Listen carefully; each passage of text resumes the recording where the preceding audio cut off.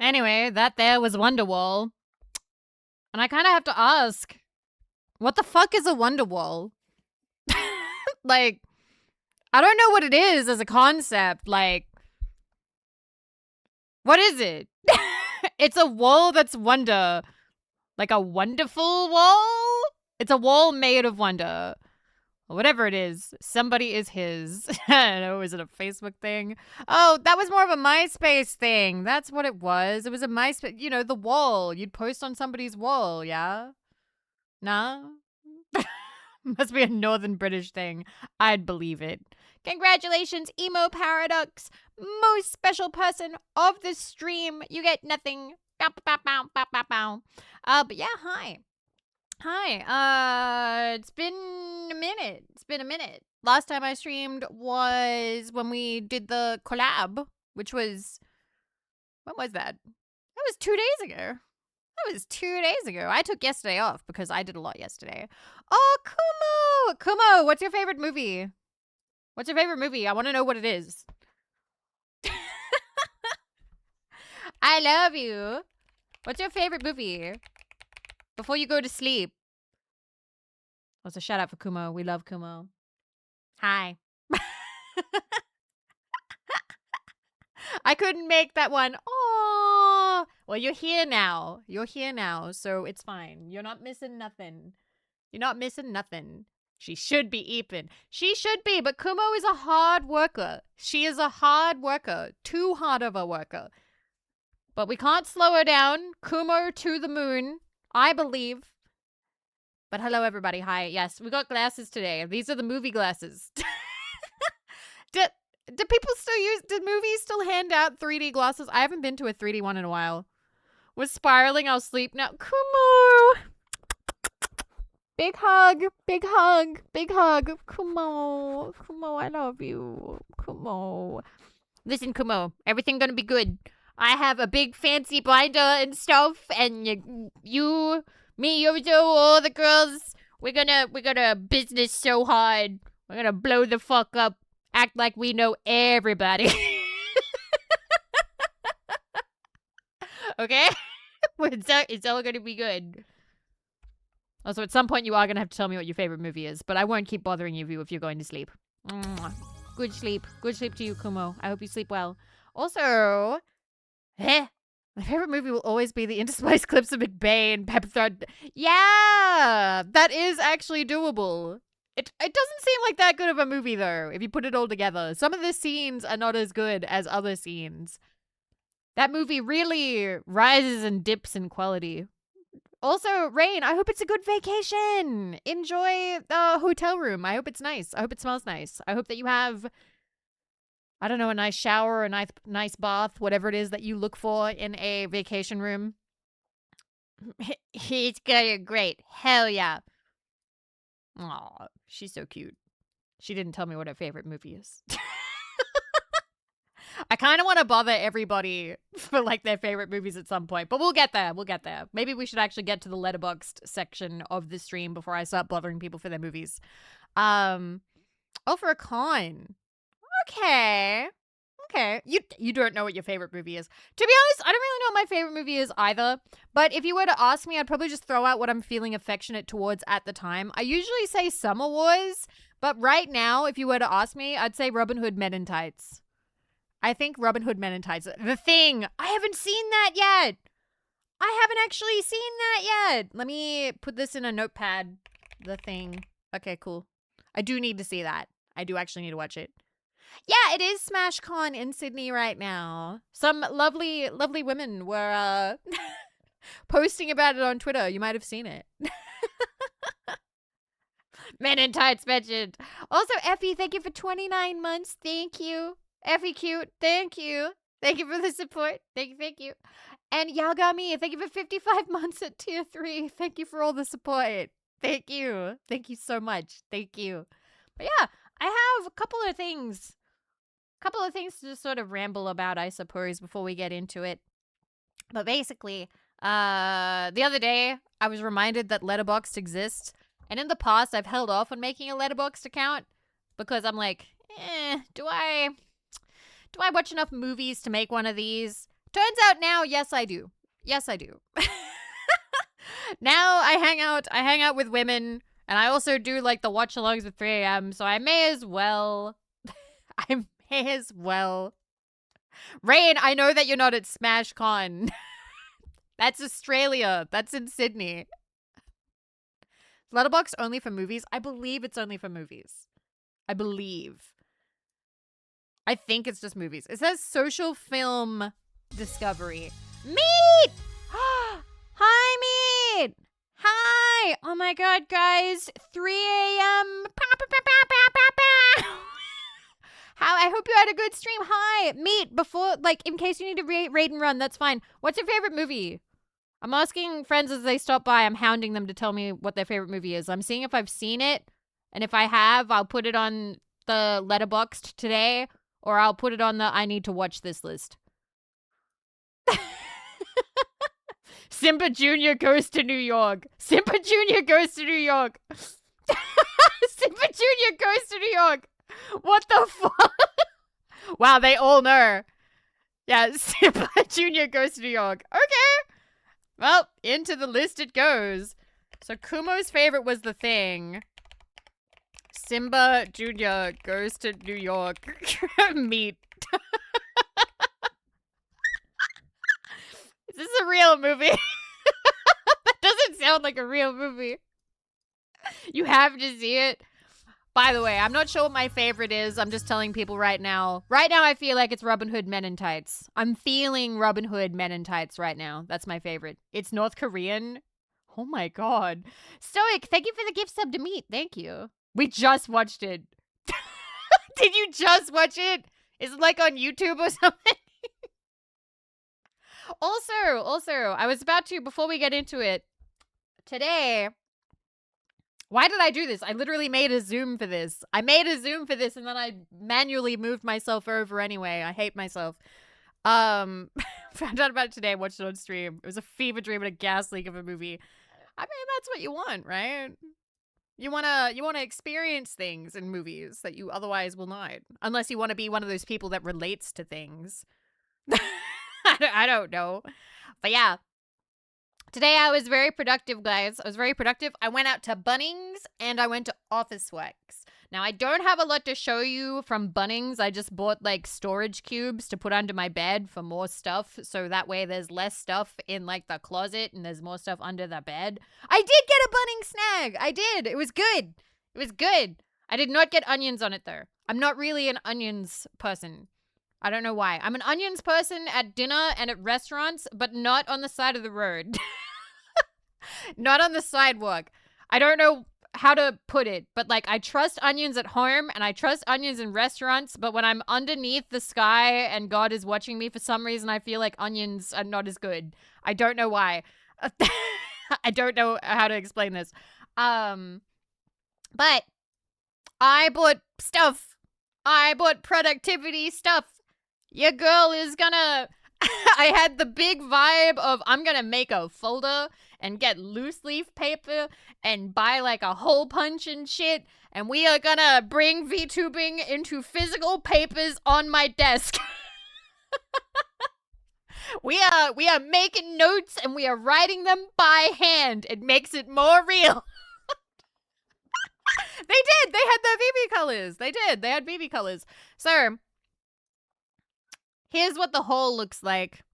I worked very hard to take this photo. I put everything there on the floor. But I have a hand cam, so you deserve to see things. You deserve to see things in real life. So let me turn this on. Professor writes up a paper of your phone. Yeah. So, oh god, I turned on the thing and it's way too bright. Ah! Sorry. Too bright. Yeah, it does. Apparently it helps with memory. Also, Meat and Meat Raiders, if you need to rest, please feel free. Rest as much as you need to. I'm just gonna start showing off all the stationery shit that I bought, okay?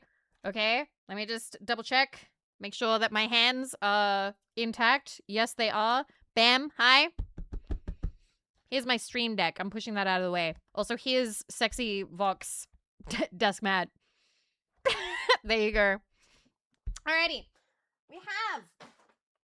First thing. You can't see the whole thing. I'm not going to be able to show you all of it, but this is, what do they call these? They call them lever arch file. Lever arch file. Oh, it is Yakult. This is Yakult themed. It is Yakult themed. See? Yakult. Binder, yeah. Gonna have binder full of VTubers. Binder full of VTubers. It's got metal thing. Put the papers in here. And I was very excited because I bought this and then I was like, wait a minute. As I'm holding it, I'm like, I can't just buy this. I don't have a hole punch. And I don't know if there's anybody in chat right now who would get excited about buying a hole punch, but guys, I bought the cutest hole punch. I love this hole punch. Okay, look at it. He's yellow. Look how cute he is. I think he's German. Lights. Lights? Look at him! He's so cute! And look! He tells you how big the paper is! Cool hole punch is cool. It is a cool hole punch! Who here has a hole punch on their desk? Is it edible? It just looks like that. Just looks like that. It's a hole punch.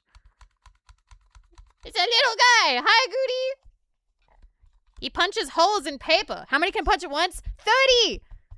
30! It can punch through 30 at a time! He's so strong.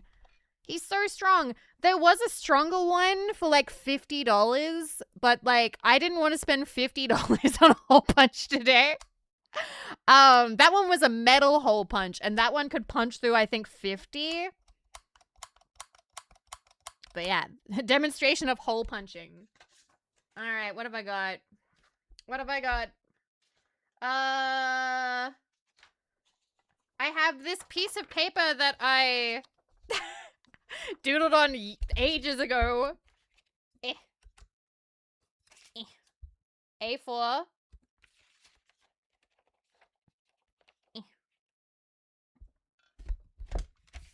Oh my god! Look at it! I did. I gotta DM her again though. Did you DM those people? I DM'd one of them. I still have to DM the other two. Clean. See, he's so cute. I love him. He kind of matches my Lammy pen.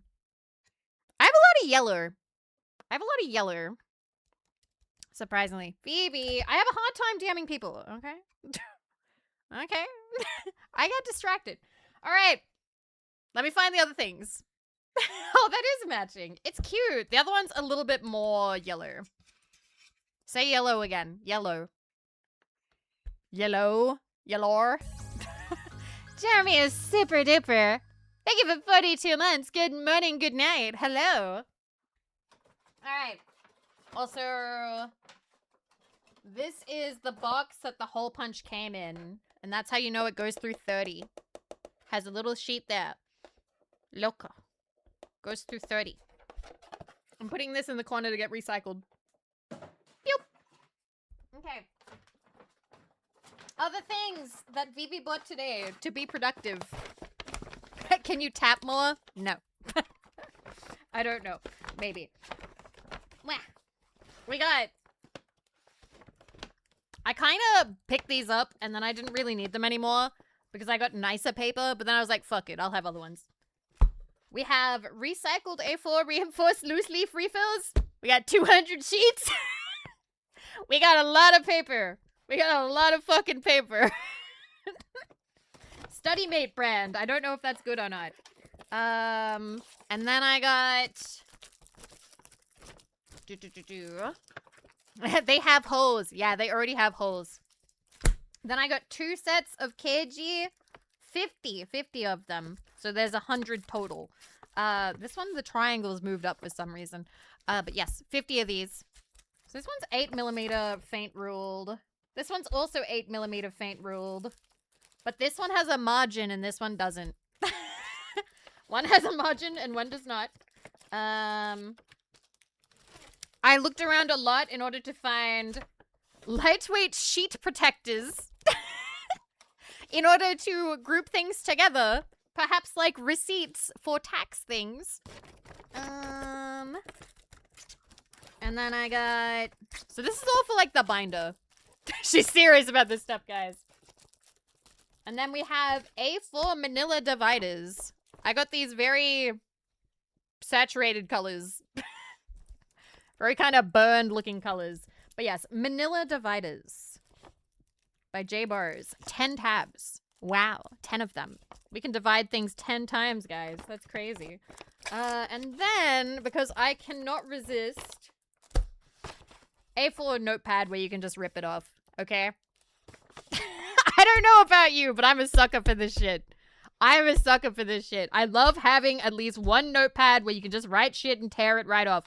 Currently, I don't have one of these, so I was like, I need that. I need something where I can just write it down, okay? Lately, Marco has been quoting...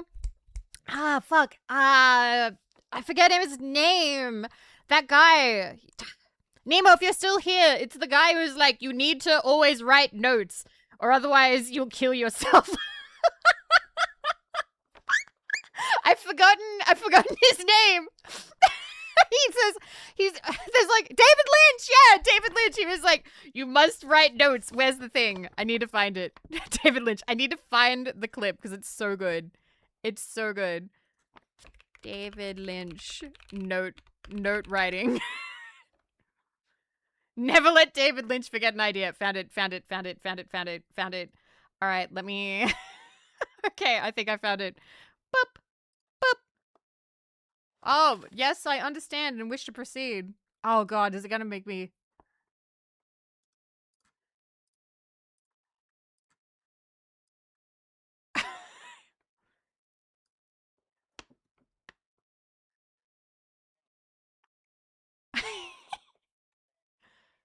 It's a horror.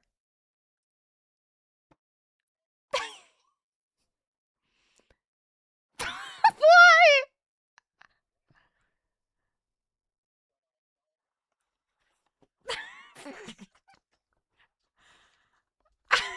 It's so intense.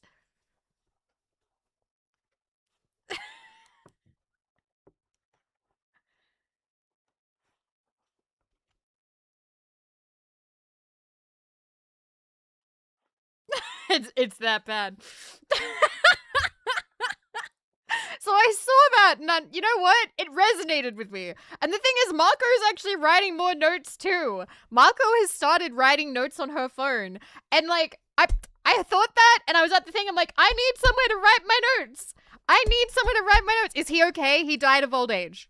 He died. He did die, but I don't believe it was from not writing notes. I believe that he wrote... Don't resonate with that! I resonated. You can't stop me. I resonated. It's too late to unresonate, okay? It's too late. I'm very happy to have these. Okay, and then finally, that's all the paper stuff I bought, by the way. That is all the paper stuff that I bought. Finally, I bought a foldable ruler. I used to hate these, by the way. I used to hate foldable rulers, but now I kind of like them because they save space. All of my rulers have to be see-through. They have to be clear. I don't like, what do you call them? Opaque or rulers where you can't see through to the paper. I need to see the other side of the paper when I'm using my ruler. You've never seen a foldable ruler? I like metal rulers. Metal rulers scare me because I remember a teacher once boasted about cutting off a fellow, like when he was in school, he bragged about cutting off one of his like chums at school's fingers with a metal ruler, and we were like, that's terrifying. Oh my god. Also, hi Lily! Hi! Blah, blah, blah. Yeah, that was one of the teachers we had. Shop class hits different. Yeah, it does. It really do. I do have another ruler, but I don't like it, and you will see why. I had one of those foldable rulers, the bendy rulers. Okay. It's warped. It won't lay flat anymore. It will not lay flat anymore.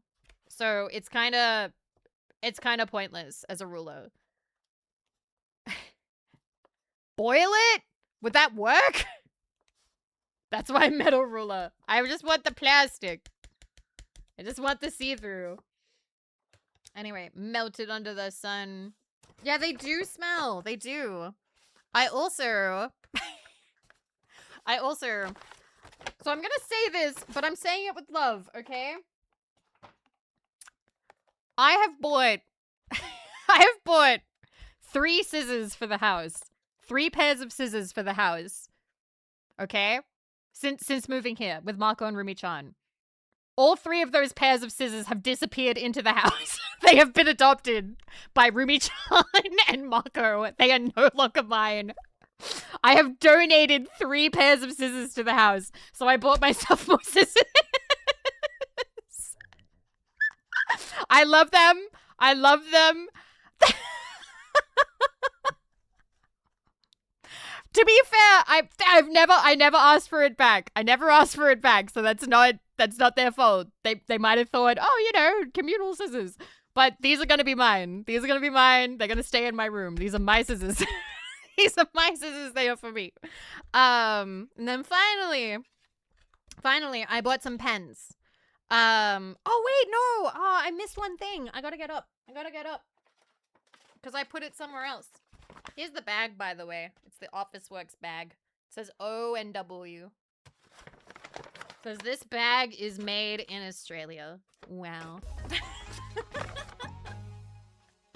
Alrighty. Bilbo, Houdini, thank you for the follow. I've got one thing I gotta get to show you guys before I forget. Because I'll be sad if I don't show you. Because I think it's cool. Where are you? There you are. Oh my god. Okay, so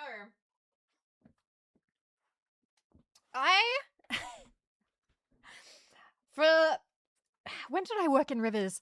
I had a box cutter from when I worked in Rivers. And I took it from when one of my coworkers left. One of my coworkers graduated Rivers. And so on it said George's knife, and I've kept it all these years because I was fond of Georgia. And it was the only like souvenir I had from Rivers. So I was telling my friend Nemo about it, and Nemo's like, that's not safe, Vivi. Like, that's gonna be dull as shit. You're meant to replace the blades in those. It doesn't retract into the handle, so it's really not safe. Like, you should be replacing that or looking into a different box cutter. And I was like, okay. So I bought a new box cutter. This one doesn't have a steel blade. It has a ceramic one. I've never bought that before. I had to bring the card up to the desk and they had to look around in the back for it. So I've never had one of these. But it's very cool. Fancy. I haven't seen what an age is. I think it's kind of cool. It says slice on the handle. Sliced. Can you change the blade though? I think you can. It said it's a certain size. I've already forgotten the numbers. Don't injure yourself. I won't. It's gonna stay by... It's actually gonna stay somewhat near my bedside because that is where I open my packages.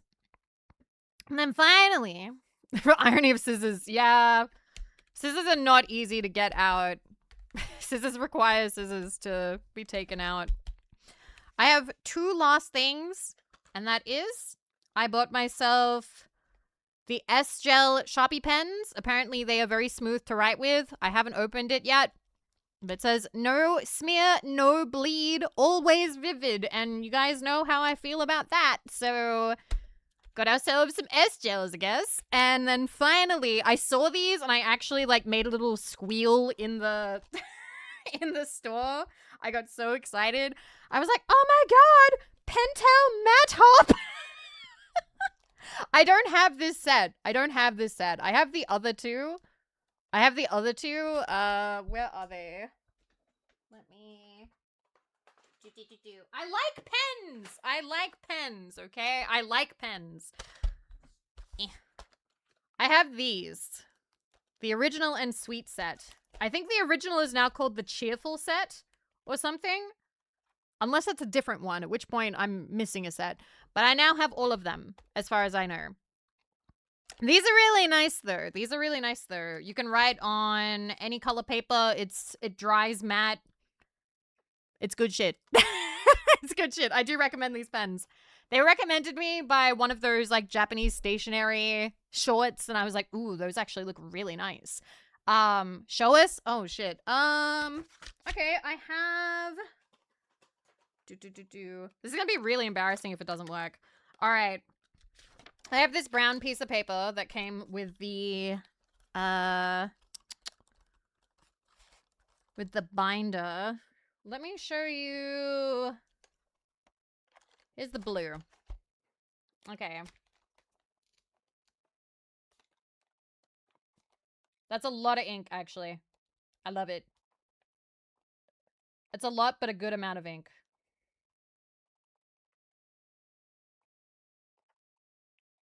See? Look at that. I don't know how vibrant, like, the yellow would be. Let me try the yellow. Yeah, the yellow... Oh, actually, the yellow's been fucked up a little bit because I think I drew over... I have a white Posca pen.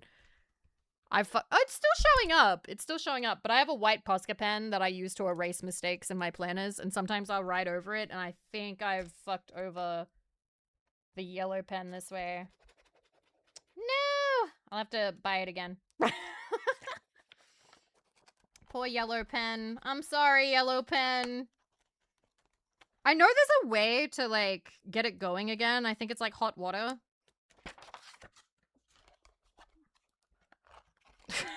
Gboard, what the fuck?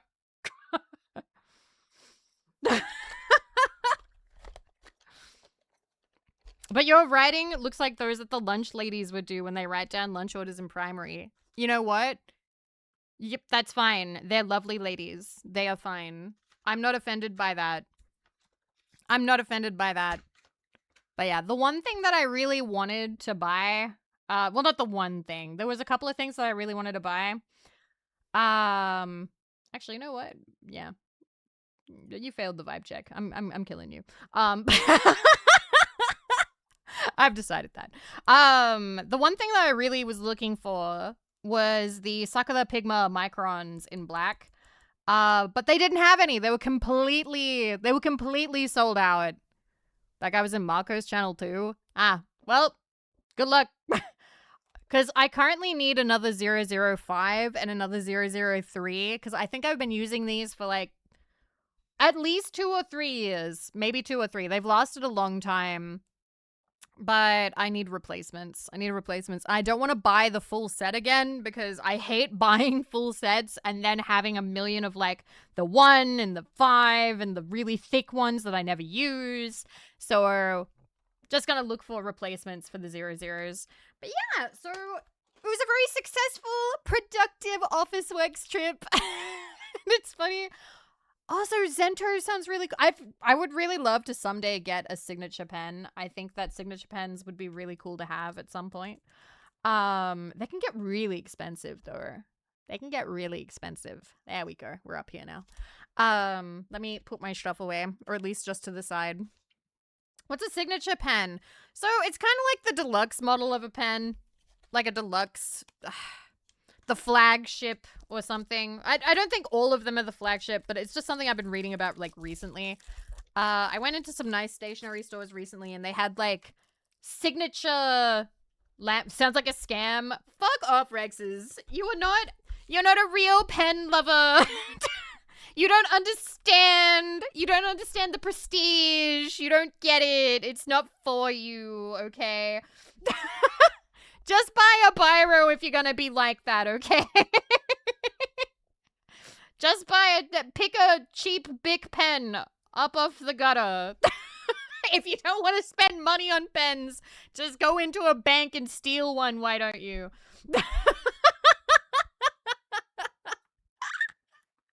Alright? Some of us want fancy pens, alright? If you got class, you want a fountain pen. I have friends who love fountain pens. Nemo has a fountain pen. I was talking to Marco. Marco doesn't super know how to write with fountain pens. Oh, they are so sick for Art Geek. That's one of the reasons why I like them as well. They're also great for writing really little tiny notes. Steal one from a gas station like a normal person. I'm trying to think. If you had to require all right. I'm not saying stealing. I am not saying stealing. But if you had to acquire a pen for free, like tomorrow at 9 a.m., you are booted out of your house and you cannot come home until you acquire a pen for no money. You have to just acquire a pen. Where are you getting a pen? Where you steal my pens from work?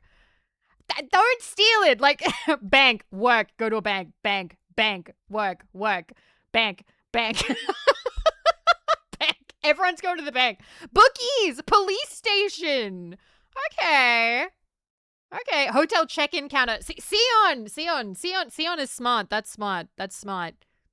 Nearest university. That's true as well. Universities. Never stolen a pen, but banks have given me ones for free. Oh my god. I'm trying to think of the places that give out pens for free now. Like, what are the... And you can take that pen home with you, or it has the number right on the pen. Like, who's giving away free promotional pens anymore? I remember my ex-father-in-law once gave us like a whole box of pens. It's because the printer put the wrong number on it. So it was like, hey, do you want this box of like 50 or 100 pens? Because we can't give these out because it's got the wrong fucking number on it. It's like, oh no. Oh dear. They were good pens. They were all right. I didn't keep any. Nintendo rep gave me a free pen. I pogged out so hard. Oh, that's the kind of pen that you keep. That's the kind of, like, you hand that pen down to your children. You got it from Nintendo. But yeah, I'm feeling very motivated. I'm feeling very motivated, which is nice. It is nice to feel motivated. So tomorrow we have collab with Yozo at 10:30 my time. And there's also 3 a.m. meeting before that, but you know, you can't come to that. So tomorrow's my meetings day, but we also got collab, so I'm looking forward to that. Derail my question, go for it. I saw Bubblegum Crisis of Pat LeBeau come up on my Rex and Amazon as Blu-rays. Do you recommend them? Uzumaki, I am sadly not very cultured. I have not actually seen Bubblegum Crisis or Pat LeBeau. I'm sorry. I saw Hayoi here earlier. Is there someone who is cultured who would like to tell Uzumaki to go for Bubblegum Crisis or Pat LeBeau? If there's somebody who wants to be like, hey, yeah, it's good shit. I'm sorry, I've never seen it. I'm sorry. I'm sorry. It's a tough call. So you don't recommend buying the Blu-rays? Because apparently the Blu-rays are on sale right now for Uzumaki. I'd recommend a Pat LeBeau over Bubblegum Crisis. Okay. Both are great. All right. Well, if you have to get one, that's Hioi's recommendation. I would trust. Pat LeBeau of those two. There you go. You've got confirmation from Daimyo, from Pumpkin Daimyo. For someone that doesn't know what they're getting into, Pat LeBeau. Okay. All right. I have to remember to drink because I keep forgetting. Unrelated or related. I have actually been catching up on anime a little bit. I finally finished Do It Yourself, which is a cute little cute girls doing cute things anime that I started watching in 2022. Finally finished it. It was all right. It was like 7 out of 10, maybe a 6. I was giving it an 8, but honestly, it ended up being not crazy special, but I really did like it. Like, yeah, yourself. Another yes, hopefully worth it. I would like to do another My Anime list soon. You are Selifu. She was so cute. Let me show you guys. These girls were so cute. These girls were super, super cute. I did really like the designs, but I did see some people point out that technically, like, their characters weren't anything like amazing. Like, they don't really stay with you once you're done watching. Like, they're cute while you watch, but then that's kind of it. But look at them. Okay, well, if I'm not in the way, I do think they're very cute. So this was, oh shit, this was USLFU. Very cute. It was a very simple style. It was nice. This is her neighbor Purin, and they have kind of a situationship going on. She's very tsundere, kind of for her. And then that's Jobukor, who is a native English speaker, does not sound it at all. I'm trying to remember. This was the I've forgotten all the names of the top 3 girls. Because this was their senpai, who's like is the last person in the club. This is the nerdy girl who I showed Nemo some of it, and he was like, oh, she speaks in very old style Japanese, so she's kind of interesting in that way. And this is the, I want to say token foreigner, but technically there's 2 of them, because you got the American one, and then you've got the Indian one. She's from India, I believe. The orange one on the was the only one on the top that mattered. Yeah, she was the senpai. She was the senpai. But it was cute. It was very cute. I don't know, Rexus. A lot of the time they go for voice actors who, rather than being proficient in English, have, I suppose, more on their CV. I think they prioritize, I said that really weird, prioritize more popular VAs than super proficient English VAs. But there was a Game Center one. That one was amazing. That Game Center one sounded really good. It was going fake Irish. I'm so sorry. I'm so sorry. Also, the music stopped. Go again. Go again. All right. But it was very cute. The style was really nice. I enjoyed. I'm happy I finished it. I'm trying to get through some of my like on hold anime, you know, that's just kind of been like sitting there. And I'm currently trying to finish Higehiro, which hasn't been as easy to get through. The season is so strong. I haven't looked at it yet, Huyoi. We have to actually do a stream. We have to do a stream where we look at it. Because I have been watching the chain smoking. I've been watching Chain Smoking Cat, and there's Ghost in Shell that Marco's really excited about, and she's been putting on the TV. There's the new season of Grand Blue, season 3, which I do really like. And what else? There was another one, The 100 Girlfriends Who Really, Really Love You. Oh, I thought you meant smoke. Oh no, there's that one too. I've already watched all the mini episodes, so that means that I kind of can't watch anything until Smoky Cat is total gay. Yeah, she is, but it's beautifully animated and wow. I need to find a new site to watch the anime, as I don't want to use Crunchyroll.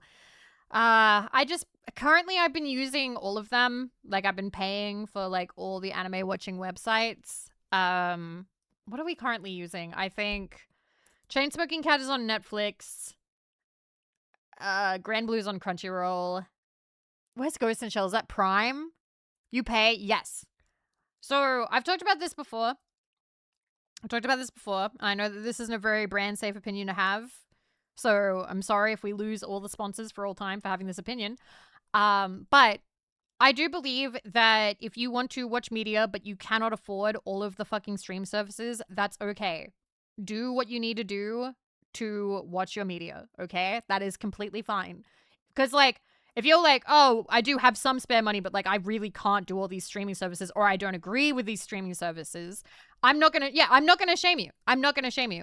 Personally, I do pay for it because I'm in a position in my life where I feel comfortable financially to pay for the streaming services. So I pay for them. I'm the person in the house that pays for the streaming services. And, like, I'm happy doing that.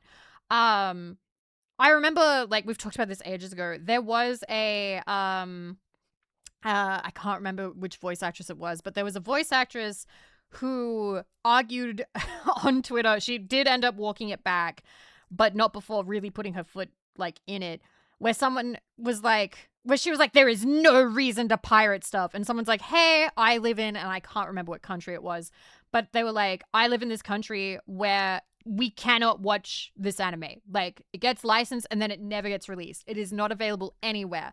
And buying it is not going to support like the company that made it, because you're buying it from eBay. You're buying it from a reseller. Like, you are not supporting the studio anymore. Like, you are just supporting somebody who is selling their DVDs. And she was like, well, you just can't watch it then, or maybe you're not meant to watch it. It was something with like a smarmy little smiley face that was like, well, maybe that's just you're not meant to watch it or whatever. At which point it's like, bruh, you can't tell somebody just because they're in like some country where the licensing shit is absolutely fucked up that they can't and aren't allowed to watch shit. Like, that's super inconsiderate. Yeah, I can't remember who it was. I do believe that she later walked it back, apologized, but I remember thinking about that and being like, that's kind of So I don't believe Sojo Sealander, but I do want to catalog how I like the movies I watch. There's no way to legitimately watch the original English dub of Sailor Moon aside from buying DVD sets. And sometimes you can't even like buy them new. Sometimes they're just not available. Yeah. Yeah, it sucks. It sucks. I don't know. I see a lot of like, what do you say? Only buy the official media, but sometimes it's really hard to find it. And also, I think that even if you are poor, you still deserve to watch stuff. Personally. Personally, I believe that poor people should be able to watch. They should be able to watch media. You know? I don't think that we should lock media away from people just because they can't afford it. I think that's kind of, you're locking them out of a lot of parts of life, you know? So, yeah. I'm sorry, potential sponsors, but sometimes people got to sail the high seas. Yeah, poor people are also allowed to have fun. You're the first time watching on the new PC? Vel, I'm very proud of you. I'm very proud of you for setting up the new PC. Guys, shout out for Vel. I know that you said that like you might not be streaming regularly just yet. I have not responded yet, but I'm looking forward to whenever you do. And we definitely got to do a collab where we talk about, I don't know if we want to do like separate ones or just have like a whole big like talky back and forth, because I don't know if we've actually sat in a call together. Did we ever talk on Skype? I can't remember. I cannot remember. But like, we actually got to like sit down and talk about Yandere drama CDs and Yandere media and the young adult book industry back when we were reading them. Stream is the first time I heard your voice. That's so special. Holy crap. I remember watching your videos and being like, oh my god, that's Vel's voice. Oh my god. You never talked IRL? People, back me up on this. Older people who are 30 or older, back me up on this. Did you have online friends that you never talked to in VC, but you were friends with them for like 10 years? Okay? You totally had friends that you were just friends with online, but you never actually sat in a VC with them. See, look at this. Tons, okay? It was a thing. You were, yeah, we couldn't do calls because there were too many people in our group chat. Exactly. And you're each talking on the phone like it's a 90s Disney movie and you two are gossiping.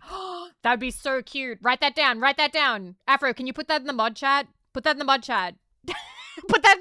That would be really cute. I can have like a little phone I need to commission that. I need to commission a phone overlay. That would be so cute. Where it's a split screen and you have like the phone cord splitting diagonally across the screen. That would be adorable as shit for like Zatsu collabs.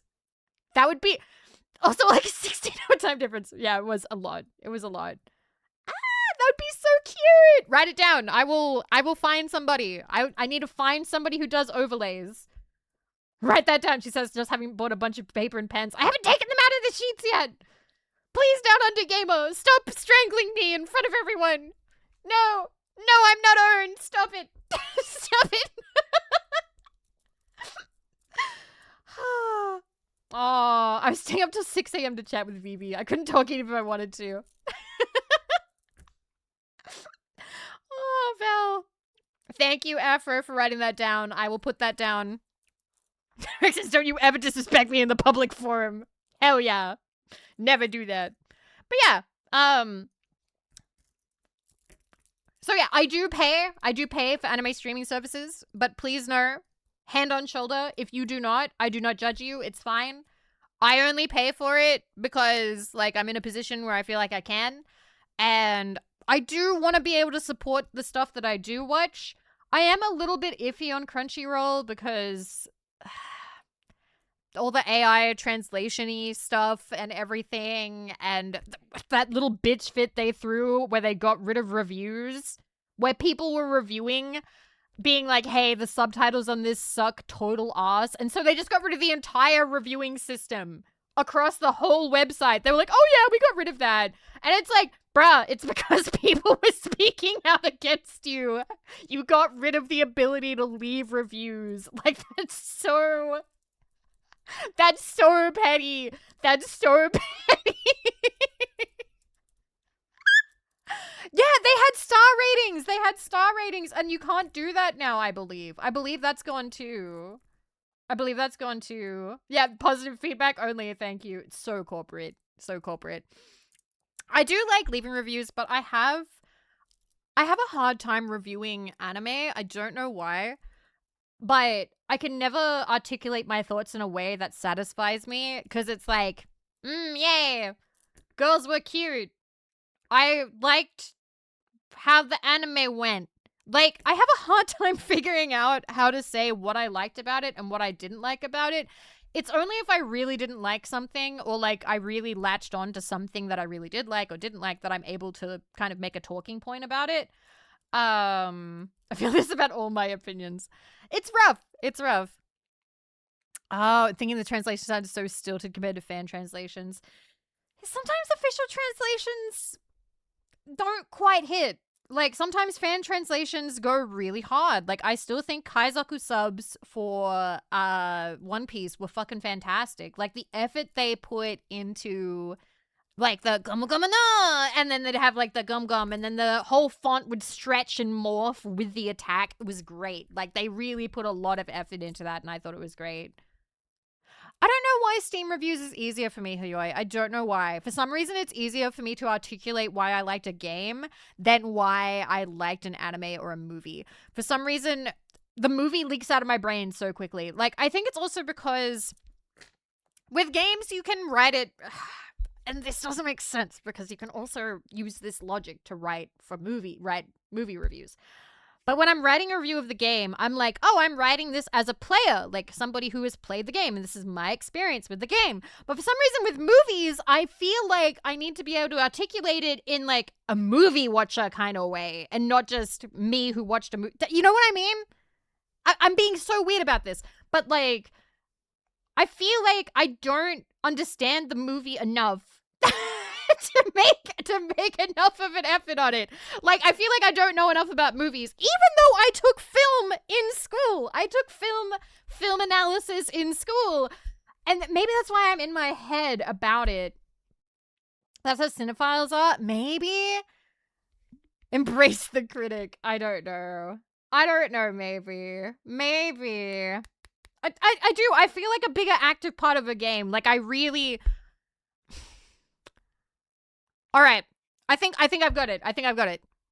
I feel like I can review a game because I am present for the entirety of the game. Similarly, for a book, I am present for the entirety of the book. I'm not skim reading the book. But if I zone out of a movie even slightly, immediately I'm like, oh, I can't review this anymore because I wasn't fully paying attention. And I know that's stupid. Because that would be like, oh, this movie was boring. But to me, I'm like, no, I failed the movie. I failed watching the movie because I zoomed out at some point. So it's entirely like a me problem. But for some reason, that makes me feel like I can't review the movie. You're trying to be too objective then. Yes. Totally trying to be objective. Totally trying. Yeah, absolutely. But I'd like to get better at that because I like talking about movies with people. am silly. I'm sorry, Nefertiti. I am silly. Okay? But we're not too silly, so it's okay. Anyway.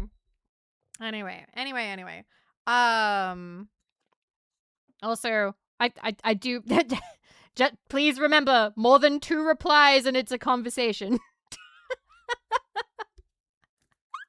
Just putting that in there real quick. I like that y'all like to talk to each other, but just in case, because I'm seeing this topic kind of pop off a bit. Okay. Which is why conglomerate reviews like IGN will always be poorly received. True. No, you're fine. You're fine. I just like to remind people. I like when people get along. But I sometimes it's not a bad thing, Sion. You put that away.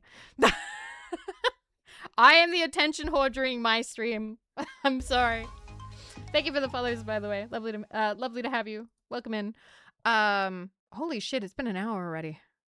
Oh my god. It's been an hour already? Oh my god. Okay. I say that and then I'm gonna fuck off for 3 minutes. But good time to plug the Discord. If you like talking with each other, we have a general chat.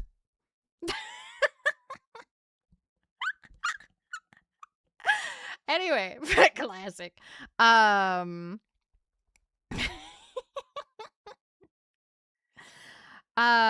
miss GG subs, and the groups that intentionally positioned subs to not block things in frame that I want to stare at. Nice.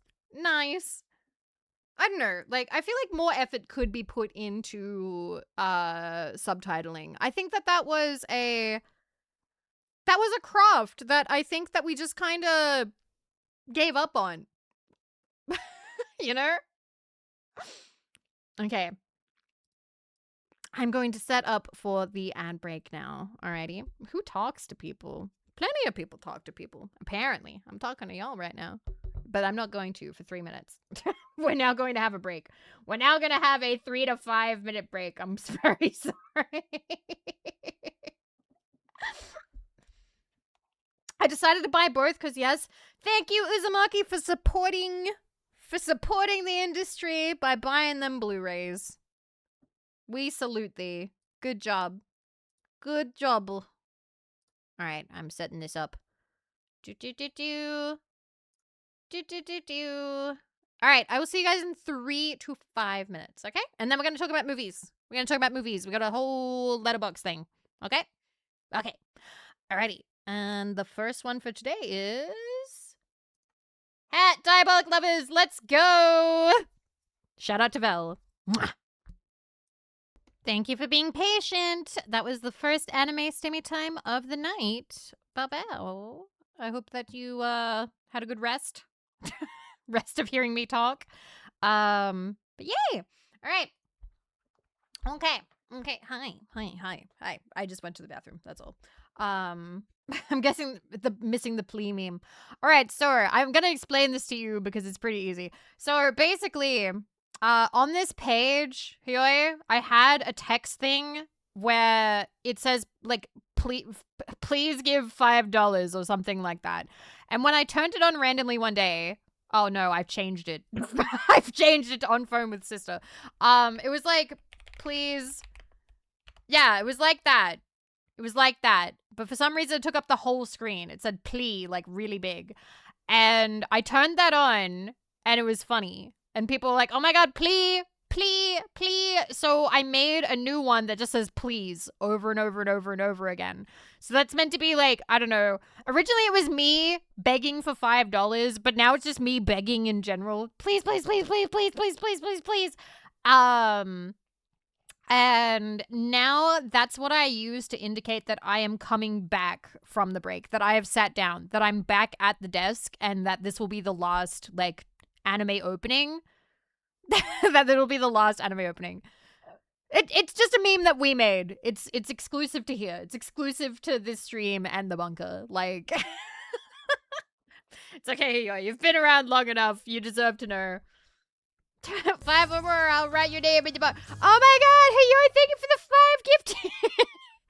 Yay! Please. Thank you, I appreciate it. Thank you very much. Thank you. But yeah, I think it's got it censored you because you said big ass titties on it. All right. All right. Happily recommend anytime is Tropic Thunder. I've seen that. I had the DVD for it. You could not make that movie now. Even though like they do call all of it like it gets addressed, but people would not be happy. Anyway. You say Tropic Thunder? Yeah, I had the DVD for that one. Anyway, we should. Couldn't make it then either. I mean, it got made. It did get made. Alrighty. So, I have not put anything on this list. All I have done is make the account. I have made the account. That's all I've done. So, I guess now we've got to like actually add stuff to the account. I don't really know how this works. I don't know. Like, I know that you can make lists, and I think if you say that you have like favorites and stuff, and then I think it can recommend you stuff. Yeah, this is a sorting stream. So it's called Letterboxd. Let me make this a little smaller. It's called Letterboxd. I never made one of these before because I didn't really watch that many movies. But now I am watching more movies because Marco likes watching movies. Jets likes going to the movies. I'm also watching movies with the 3am girls. Hi, Marco. Good morning. So I'm like, you know what? Fuck it. I will actually try and keep track of the movies I watch. Do kids even know what something being in letterbox format even means anymore? Hey, oi, I don't think that I know what that means. I'm gonna look it up. Letterbox format. Oh, okay. Technique for displaying a widescreen film or video on a narrower screen by placing black bars at the top and the bottom. Okay. Okay, I understand now. So, Clockwork! Thank you for 34 months in tier 2! Thank you! Kind of feels like there should be rules about this kind of thing, though. What, about 30? Oh, I get it. Rule 34. I get it. It took me a second, but I get it. I got the joke. Thank you. Okay. So, I am going to put in the last movie I watched, which was Obsession. Because I watched this last night. So, England won against Norway. Oh, was that the final one? Did that, like, just happen? Also, is anyone gonna be mad that you're spoiling the game? Yesterday. Wait, was this done yesterday? They announced this yesterday? That was a bit ago. Oh, okay.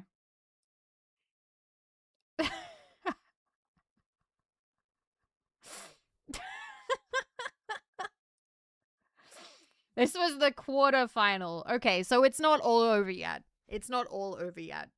I did see a lot of my British friends, all of my British friends being like, it's coming home! And I'm excited to see all of the VTubers, all the cute girl VTubers in the British bikinis, because they said that they would.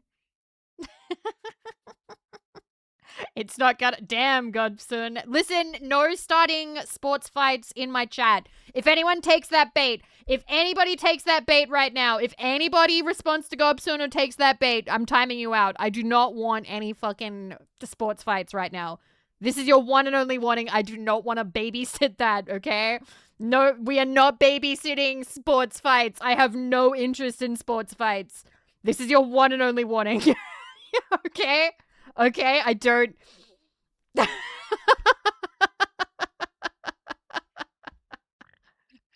Anyway, moving on. We watched Obsession last night. All right. We watched Obsession last night. What's considered a sport? Peeing on somebody. Anyway. And it was good. I liked this movie. I'd heard a lot about it already. Like, I think that Twitter had kind of spoiled everything about the movie for me. But it was good. It was good. Like, coming from the perspective of somebody who... So it's a horror movie about a wish gone wrong. So the whole concept is he likes a girl who does not like him. Like, she's friendly with him, but she doesn't like him. So he makes a wish, and it's basically a monkey's paw, where he's just like, I wish that Nikki loved me more than anybody in the world. And she becomes like a horrific yandere. She becomes like very unsettling. Very unsettling. Now, originally I was a little bit like, would I like this? Because of how I felt about yandere stuff. There is more to it than that, because the possession is not complete, okay? Nikki is still in there and fighting and terrified and absolutely, like, she hates it. She's not okay. She is not okay. Like, she is being, like, taken against her will. He is, like, having sex with her while she is, like, in there and perceiving it, and the demon thing or whatever is, like, letting it all happen, making it all happen. It is absolutely, like, this is a scary movie. This is a scary movie. So it's even more fucked up. It's even more fucked up. Yeah, she has moments where she regains control, okay? So when I watched it, I was like, wow, they actually, like, I feel like they explored this concept, like, really well. I think that they actually handled the concept, like, super well. And it was scary. It was unsettling. There was also humor. Like, there was humor in there. Like, there were moments where I was like, oh my God, like, holy shit. And, like, some of the facial expressions were crazy. Oh yeah, the money scene. Yes, yeah, absolutely. So, like, I don't want to like spoil the whole thing, I suppose, but, like, that is the concept. But, like, I'm not a horror movie aficionado, all right? I'm not a horror movie aficionado. I feel like I haven't watched enough horror movies to call myself that, and I also don't feel like that, so that's why I wouldn't call myself one. But I do like watching horror movies with friends. And I like analyzing them as well, because horror movies do explore a lot of, like, society's fears and stuff of the time of that movie. But yeah, this was a really well done film, and it also is, like, it's done crazy good money-wise. Like, it was made for under $1 million, which is, like, really good for, you know, a movie. Usually movies cost millions of dollars to make, or at least $1 million to make. This one, I think, cost $750,000, which is close to $1 million. That's still an amount of money. That is still quite a lot of money. But in the grand, like, scheme of things, compared to other movies, it was actually quite cheap compared to some of the other ones. Hey, did you watch it with people? Movies don't cost a lot to make. Hollywood just wastes their budget. I don't know how much goes to what. I know that actors require quite a bit. Okay. Yeah, I couldn't see a horror movie on my own. I would need to have somebody with me. I did, but we all went our own way afterwards. Okay. Yeah, I would not be able to. I'd be like, no, sleepover now. Just don't hire Robert Downey Jr. You save like $20 million. But what if you want Robert Downey Jr.? Such a baby about horror. Lily, what is one of your favorite movies? I've just been, like, asking friends and moots, like, what their favorite movie is. Kumo said her favorite was The Thing, and Meat said it was Simba Jr. What was it? Simba Jr. goes to New York? Simba Jr. goes to New York. Princess Bride? Okay. I love House Bunny! Oh my god, no, seriously, I love movies like that. I love what people call, like, chick flicks. Unironically, they make me so happy. Like, they're so comfy. They're so comfy and silly, and I just enjoy them. There's something about that. Like, I love House Bunny. I love, what is it? Like, House Bunny, Confessions of a Shopaholic, Mean Girls, there's another one that I can't remember the title for. It's killing me. Just My Luck, the one with Lindsay Lohan, like that kind of stuff. I love that kind of stuff. Yes, it's like comfort food. It is like having dessert. It's like having dessert. It's very sugary. Yep. How long is the Simba Jr. movie? Because it sounds insane. Jason Statham movies. Yeah, I've seen a lot of those, actually. All right, wait.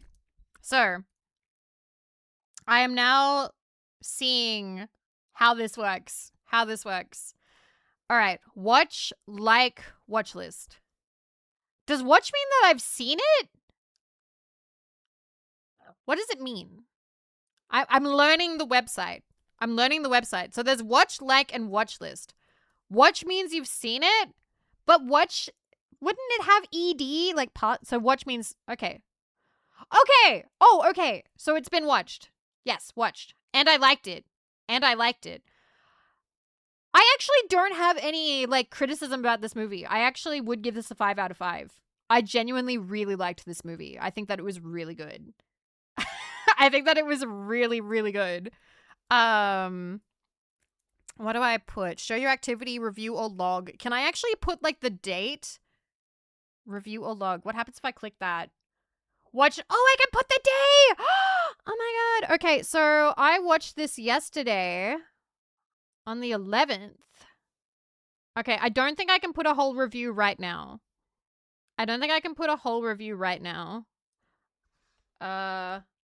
Horror. Okay. 5 to 5 to me means one of my favorites. I would say that this is a favorite. I would watch this again. You'd give it a 4 out of 5? Is there anybody who saw it and hated it? It's okay. It's okay. I won't kill you. It's fine. You can have a different opinion than me. I'm not gonna write a review right now, though. Haven't seen it? Hi, Leishi. Haven't? I haven't watched it, but as a contrarian, I hate it. Rexus, I think that you would like this movie. I think you would like this movie. I think you would actually like this movie. Felt like a 5 to the last 20 minutes, then became a 4 out of 5. Hi, Colt! Colt, what's one of your favorite movies? I'm just asking any friends who stop by what their favorite movies are. Ooh, Rapid and Steel. Everything Everywhere All at Once. I watched that, I believe. I believe I've seen that. Okay, I'm just gonna say horror. I don't know if I have any other, like, tags that I want to give it right now, but I can go back and figure that out. I can figure that out if I want to. I don't think I have any lists. Any lists that I currently want to put it in. Okay. All right, so if I have that, if I go to my profile now, is it on there? I have one movie. I have one movie. One. Let's go. Okay. I really just want to... Okay. You know what we're going to do? Films. We cancel it by year. All right. Job done, right? We are gonna look at movies from the 2000s, because this, I know that I've definitely seen movies from the 2000s. Okay? Oh my god, there's so many. Wait, can I have less? I'm overstimulated. Okay, cool. Oh shit, I've seen a lot of these. Should I only add the ones that I remember seeing? Or should I add them and be like, need to rewatch? Should I have like a need to rewatch tag? Okay. All right. Let me... Big sippy. It's my list. You're so beautiful, Fi. Thank you for being supportive. Okay.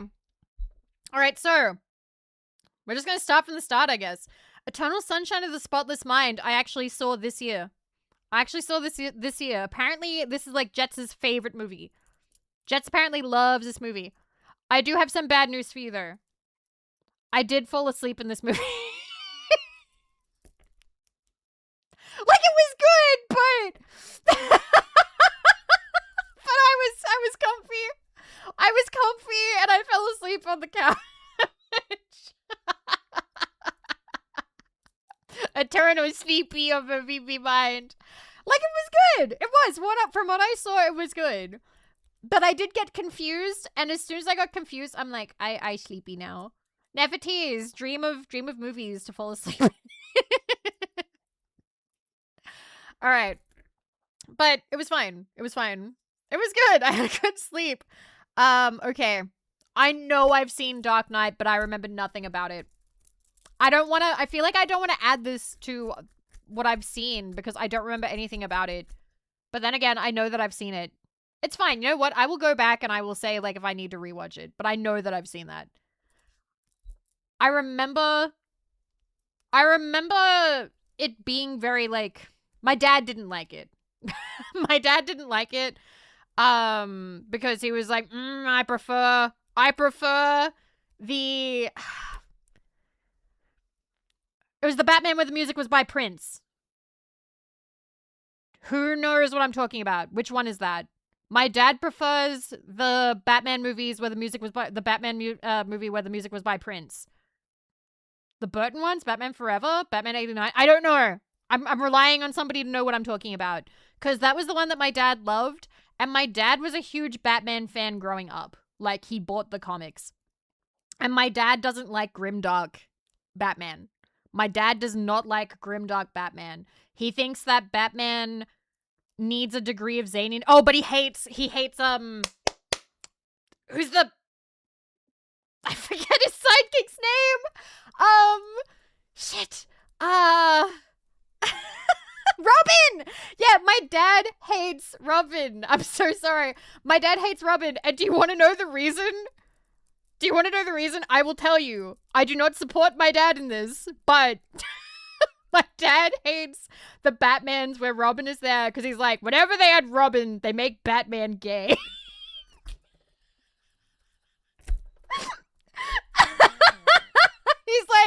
He's like, they make Batman gay and useless so that Robin can save Batman. They always have to make him totally useless so that way Robin has a reason to be there. My dad hates it. My dad hates it so much. So, growing up, before comic book stuff became super popular, my only exposure to comic book heroes was through my dad. And my dad said, well, he would always say, like, oh, I don't have favorites. But when it came to comic book stuff, he was like, Batman's the best. He went, Batman's the best. He went, it's not even a competition. He says that, he argues that Superman is super boring. He's like, Superman is boring. And he didn't like anything by Marvel. He didn't like anything by Marvel. He was firmly, he would watch, like, he enjoyed some stuff from, like, DC, but, like, he did not like Marvel. He thought that all of Marvel was stupid and, like, zany to the point where he didn't like it. Even though he liked zany with Batman, but he didn't like Spider-Man. He thought that Spider-Man was stupid. He thought that Spider-Man was teenage bullshit. And he didn't like it.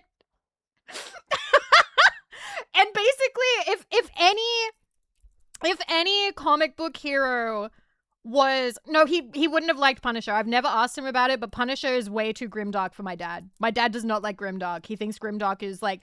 If he wants grimdark, he's gonna watch a war movie. Yeah, he had his favorite flavor. He didn't want anything else. I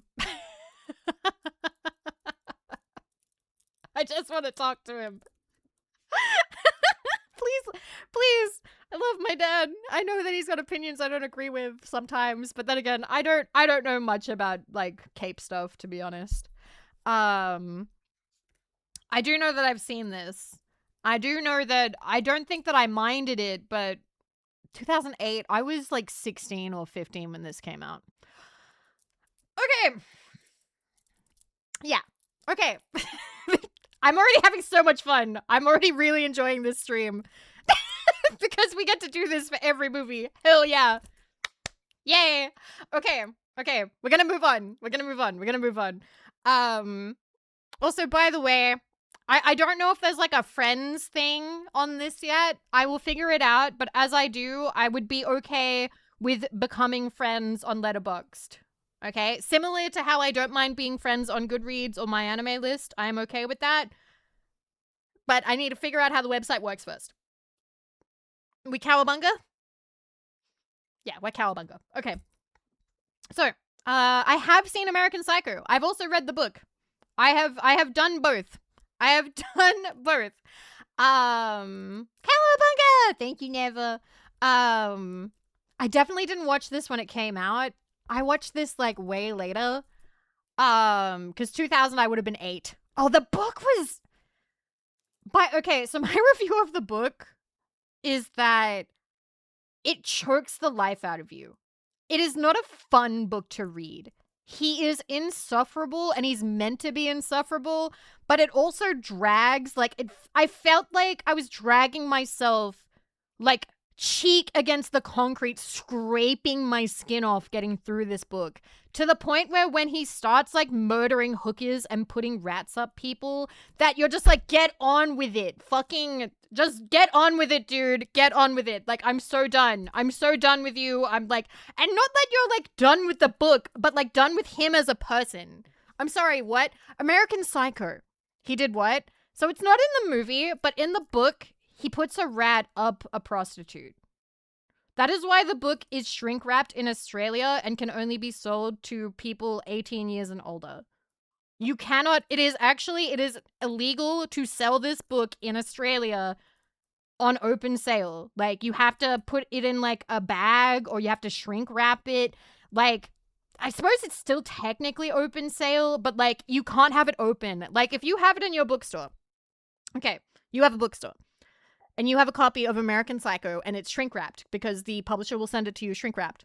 You put it on your shelf and a customer comes up and rips it open so that they can read it. You have to then either re-shrink wrap that bitch, or you have to put it in a brown paper bag and write American Psycho on the front and then put it back out, because you aren't allowed to have it just open. You aren't allowed to have it just open where like a kid can walk up and go, "What's American Psycho?" Opens it up, reads about him putting a rat up a woman, like, and then murdering the woman. You have to do, or you can get fined. Like, you can't have that. You have to have it shrink wrapped. We were told at the bookstore it was very serious that we had to have the book wrapped up. And the problem was, it arrived to us unshrink wrapped just because of the rat. Well, it's because of the content in general. It has very violent content, and Australia is fairly intense about violent content. How much is the fine? Dunno. I don't know. It might be based on how many you have. I don't know. How many you have. Man, what? You read it in high school? Holy crap. I've heard that in America it's fine. I've heard that in America you can just have the book open. I also heard from a friend that like 50 Shades of Grey was just sold in like Target, like in the book section, where anyone could pick it up and open it up and read it. Which is kind of crazy to me. Because, like, in Australia, it will usually be put in a very different, like, section where, like, young people can't, like, wander up and look at it. Sure was. That's crazy. Front window. Man. My goodness. Radical freedom of expression is very important in my country. See, I'm all about, like, I like erotic content. I do. But I'm sorry, I don't mean to pull Helen Lovejoy, but we gotta think about the children. Like, you can't just have that where the kids can pick it up, you know? You've seen Angel, I hate to say this, but it didn't have the hockey stick. That was a lie. They lied to me. That never happened in the book. That never happened in the hockey book. No hockey stick went up a woman. I was lied to. I was like, I'm saying upper woman a lot this stream. I'm so sorry. Please note that I am accurately describing both the American Psycho book as well as the lie that was told to me about what is it called? Was it Icebreaker? Icebreaker, the erotic novel. Stop it, shotgun! Conservative Vivi is fascinating. I like erotic content, but I believe that we have our places to sell it, you know? Anyway. I don't remember super loving American Psycho as a movie. As a movie, I don't think I really loved it. It was okay. I think the movie was probably more fun than the book. It has given like internet culture like a lot. Yeah, it's very memeable, but other than that, like it's not really something that I would like point to and be like, wow, amazing movie. It can also be a bit of a red flag, I think, if somebody like genuinely loves this movie. Depending on why. Like if they're like, oh wow, this like says a lot. But if someone's like, wow, Patrick Bateman is my spirit animal, run. Run. You cannot run fast enough. Run. The card scene is great. I love when people meme the card scene. It is very good. I've never had a business card. I am looking into it. By the way, if any of you are like, what is that noise? I'm playing with I've got the beads again. I've got the little Buddhist prayer bead thing. It is what I stimmy with now. I'm sorry. Okay. So, I just realized that this stream could be very polarizing. I'm going to be giving it a lot of who don't have the BGM to answer to. I'm glad. Could be kind of polarizing because I'm going to be giving opinions about movies, and I know that some people are very protective of the movies they like. If I like a movie that you hate, or if I don't like a movie that you love, please know that we can share this planet together. We can exist together. Okay? I will not take the stance that your movie shouldn't exist. All right? We can, in fact, live in harmony. I don't know. Please believe me. Please. We can, in fact. We can, in fact, live together. I promise. Chumimi, no. No, Chumimi. Alrighty. Alright. So, Spirited Away. I've seen it. I had a bootleg DVD of this. My mom burned a DVD of this for me. I can actually probably rate this one. Out of these, I actually think that I can rate this one. Spirited Away is a beautiful movie. Like, visually, it's fantastic. Story-wise, it's great. Like, I don't think I have any real complaints or anything. It's not a 5 in my heart. And also, I also have an opinion about Ghibli movies, which is gonna be incredibly divisive. I like Ghibli movies when I see them. I love them when I see them. But I never want to rewatch them.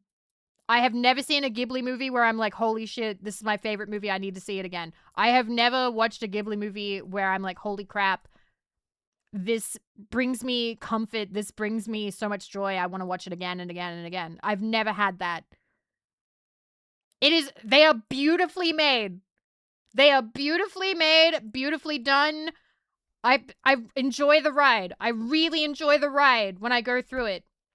But I have never actually seen a Ghibli movie where I'm like, this is amazing and I would happily watch this all the time.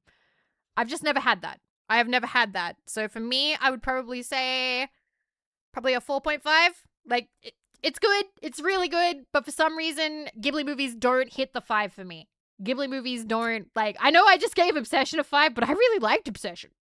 Like, I really, really liked Obsession. I don't know why, but like, yeah, this supports 0.5 increments. I'm kind of happy about it. So like, I love the voice acting. I think that the dubbing was really good. Um, I would watch Obsession again. I would. Recency bias. I mean, what do you want me to do, Sion? Wait a year before I rate a movie? We can go back and re-rate movies. I can go, wow, you were right. It's a recency bias. But for now, it is, yes, it's a 5. I really enjoyed it. Like, what do you want me to do? Cut out the next year in my brain?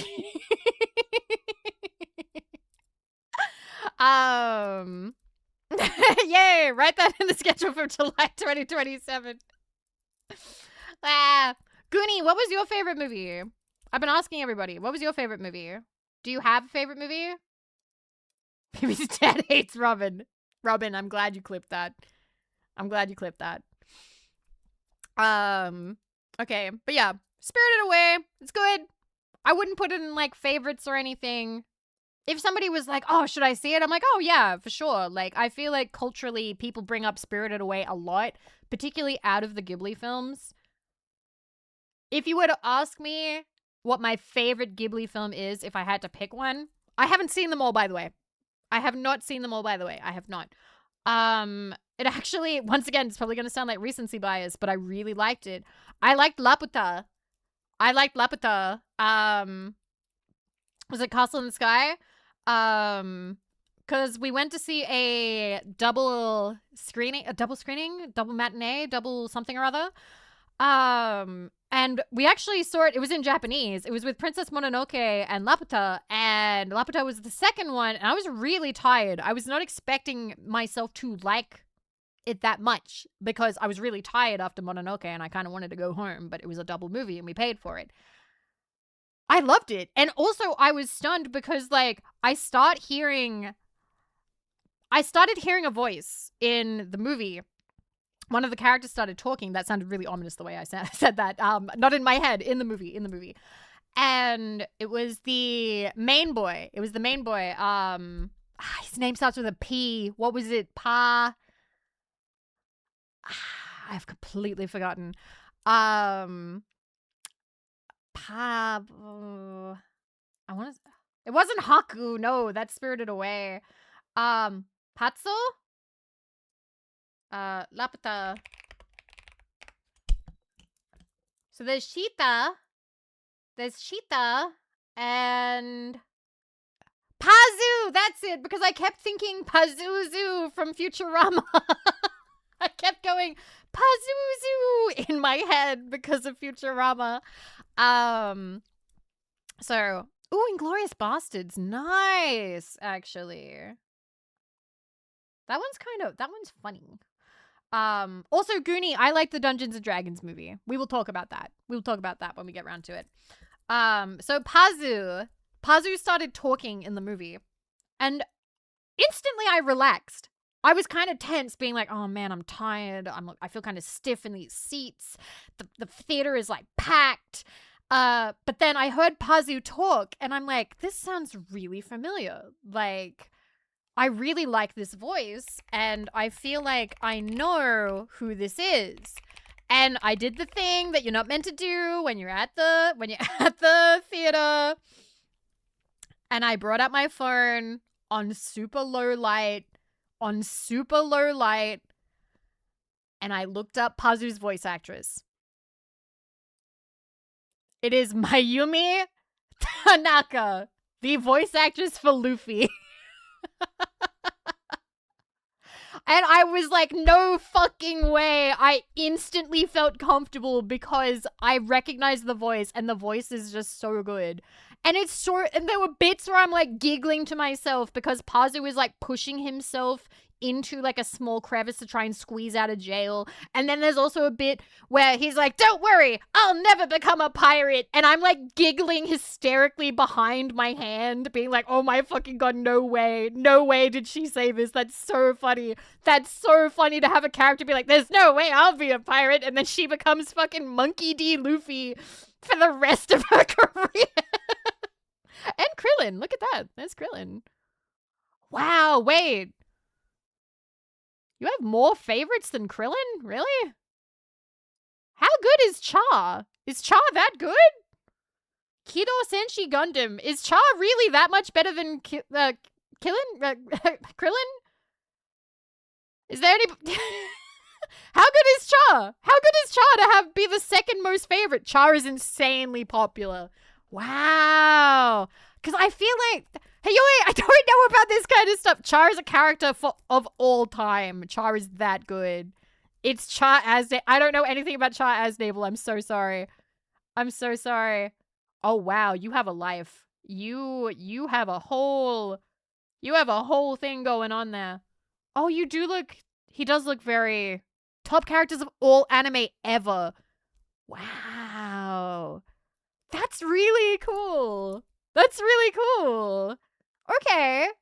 Does she voice, like, him usually or, like, child him? Say it like Shaw? Shaw. Like Charlotte? Shaw. Is she, like, young Shaw? Also, Spam Goose, thank you for 52 months. Thank you. Thank you. He's a beloved prince among men. Fuck, I gotta watch Gundam. I gotta, like, gotta actually set some time aside. There's just so much to watch, you know? And then there's Pazu up there, underneath Nobita. Oh, and Turbo Granny. Right, she's Turbo Granny in Dun Dun Dun. I forgot about that. I remember being surprised, being like, I feel like I know the voice there, and she's Turbo Granny. But yeah, she voices a lot of amazing characters. So, like, I really, really liked her performance in Laputa. Anyway, it's 3 elements everyone loves. Handsome, royalty, and evil. Ooh, I see. All right. How many movies have we added and watched so far? 1, 2, 3, 4, 5. 5. Listen, I'm having fun. I know this is taking forever, but I'm having fun. I am having fun. All right. Okay. Ooh. Okay.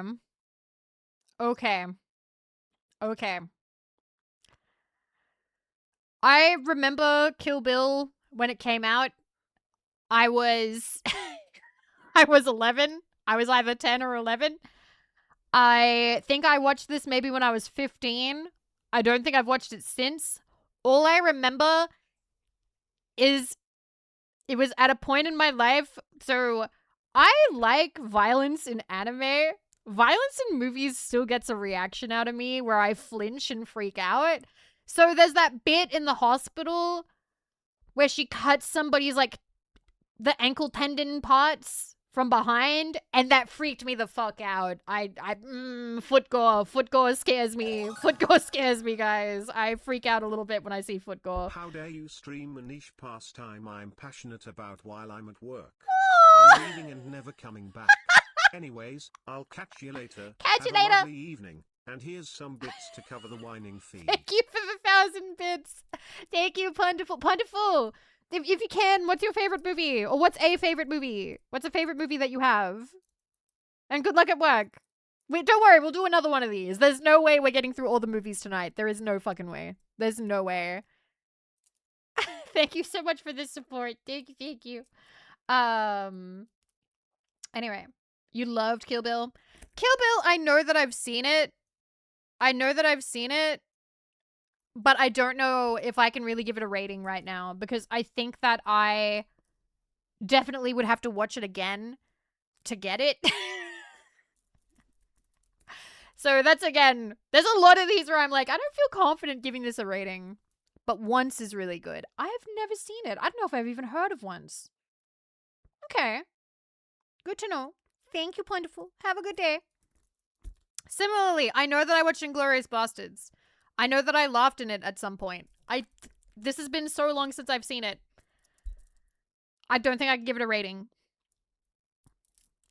Okay. Inglourious Bastards and Kill Bill, I feel like I don't have as much to talk about.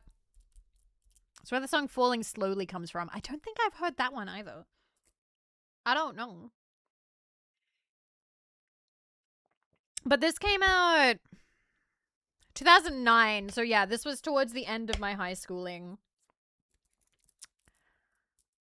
I think I remember asking if my dad wanted to see this, and I think he was like, "No, I don't like the, I don't like the war comedy movies." Um. Okay. The Riverdurci scene from Inglourious Basterds keeps popping in my head every once in a while. I don't know what movie. Off the top of my head, I can't think of what movie scenes play in my head like automatically. I know that there's some, but they're not coming to mind right now. You know when you just have like something that plays on a loop, like it's like a little familiar scene that will sometimes play. It's more drama than comedy, but it does have comedy for sure. I just remember my dad being like, "Nah, this is silly," and not liking it. Okay. Oh wait. Oh, I just thought of a tag or a list that I'm gonna have to put on here. I also can see several movies that are favorites of mine on here, by the way, that I'm gonna have to put on there. And I don't know how many of them you guys are gonna like. All right. How many from the Simpsons movie? Like none. To be honest, I like the Simpsons movie, but it's not a favorite. It's not a favorite. If you would ask me, Vivi, do you want to watch some episodes from The Simpsons or do you want to watch The Simpsons movie? I'll pick the episodes. Like, the movie is fine. I think they did a great job, but I don't think that it's better than the TV show itself. And I don't think that was possible anyway. Like, you're putting it against the entirety of the TV show. Like, that's not going to happen. Okay, 500 Days of Summer. I remember hating this movie. I remember hating this movie. Again, not recently enough to give it a rating, but I remember not liking this movie. I remember thinking that Summer fucking sucked. Like the whole fucking movie, I hated her. And I think from what I've heard, you're meant to not like him. I think from what I've seen, apparently he kind of is meant to suck too. But I really didn't like her. I really didn't like her. I don't remember anything about that main guy, except that I think maybe he changes his personality depending on, like, the girl that he likes. But she was insufferable. She was insufferable, so that's all I remember from that. All right, finally a movie I can talk about that I know that I like. Devil Wears Prada. I love you. I love you. I'm sorry. I love you. I love you, Devil Wears Prada movie. You are one of my favorites. Can I add you to a favorites list? Is there a favorites? How do you add things to favorites? I love Devil Wears Prada so fucking much. I don't know when I first watched it. I've watched this before. Add to your diary? I don't know when to say that I've watched it. What will I put it? Favorites is just the likes tag. Ah, I see. All right, I will check. See, I want to make like a chick flick tag, but I'm like, or do I just make like a favorites? Let me check. Profile. Don't forget to select your favorite films. Oh, you have to pick from here. Oh no, my location. Oh no, you guys, you know where I live. Doxed. Given name. Oh my god. Nuke the pod. Leaked. Devil Wears Prada. I love you.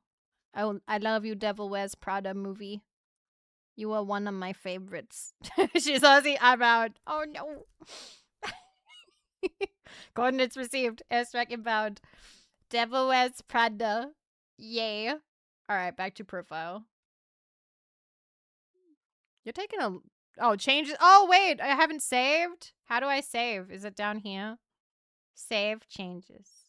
Yay. Profile. Yay! We got a favorite! Yay! Alright. Oh no! I doxed myself on the main page too! Oh no! I actually checked all this beforehand. It's fine. I have my old business email. Okay, back to films. Back to films. Back to the year 2000s. Back to 2000s, guys. Back when things made sense, except not really because I was young. Okay, so I did really love Devil Wears Prada. That is one of those movies where, like, I love the opening so much, and I like the characters. When I've gone back and watched it again, I feel more for like Stanley Tucci or Nigel, for Miranda Priestley. Not really. I don't think I feel much about Emily, but I feel a bit bad for her, I guess. But it's also just interesting looking at like the magazine industry in the 2000s. And it's also funny because she's like trying to land like a good job in writing for magazines in the 2000s, and you look at that now and it's just kind of like, oh, that's gonna go badly for her. That is a dying industry. Oh no. If we did a watch along, I would love to watch both of them. I would love to watch both of them with you guys because I do really like both of them. We'll talk about the second one if it comes up.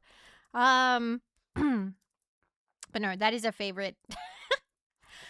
I'm just wondering, do I show trailers of the ones that I really like? I feel like most people have seen Devil Wears Prada, but I do also kind of want to...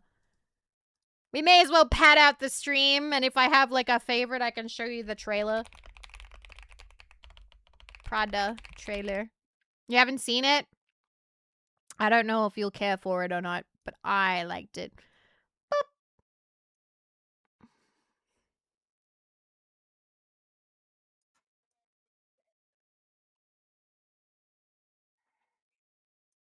Nah.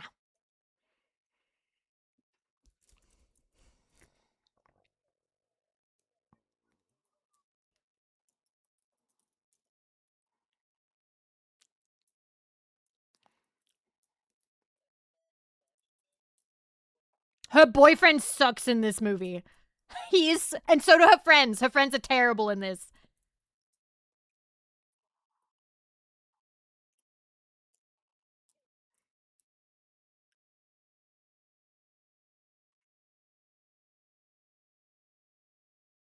They're all awful to her. Like, if your partner just needs to work this job for 1 year and can work anywhere in the industry she wants, I think you can handle her being late to your birthday party. You're going to have a lot of them.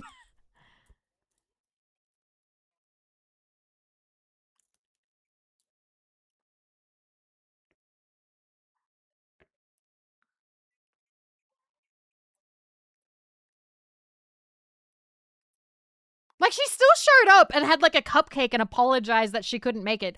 Oh, okay. This scene pisses me off so much. Because she shows up. She shows up to this like dinner that they're all having, okay? And she shows up with expensive gifts, like a $1,200 phone, a $2,000 like Marc Jacobs bag, and she gives it away to her friends. She's giving away these like goodies that she's getting from her job to her friends. And they happily take them. They happily like eat them up like, oh my God, this handbag. Oh my God, this phone. And then her boss calls. Miranda Priestley calls while they're sitting there about to have dinner. And they start playing keep away with her phone. They start being like, oh no, let me talk to your boss. And like, they know that her boss is like, you know, like ice queen, like super intense, right? But they also know like this is her livelihood. They live in fucking New York, okay? Like, clearly, if she loses this job, they're not going to be able to afford their fucking apartment anymore. Like, so they're just like, I'm going to put your livelihood in jeopardy. Yeah, exactly. And they're so shitty about it. Like, all of them suck. All of them suck so much. And... It's all, yes, they don't care. And like, they then later, like, they're all like, oh my God, you've changed, Andy. You've changed. And the main thing that's changed is that she is putting her entire ass into her work. Like, she's actually working hard, and she's like kind of moving well in like the magazine, like in the business. And it's in a way where like she is setting herself up for like big success in life, which is something, you know, if your friend wants to do that, you can support them around that. But instead they're like, you've changed. You used to hate that magazine, but now you're putting in all this effort and you're so fake about it. But like, she's just more confident now. Yes, they felt like friends that you knew in high school that never moved on. So true. I'm getting notifications of people following me on Letterboxd. Thank you guys. My phone just went out. But yeah, these are some bum ass friends. So true, Wolfsteak.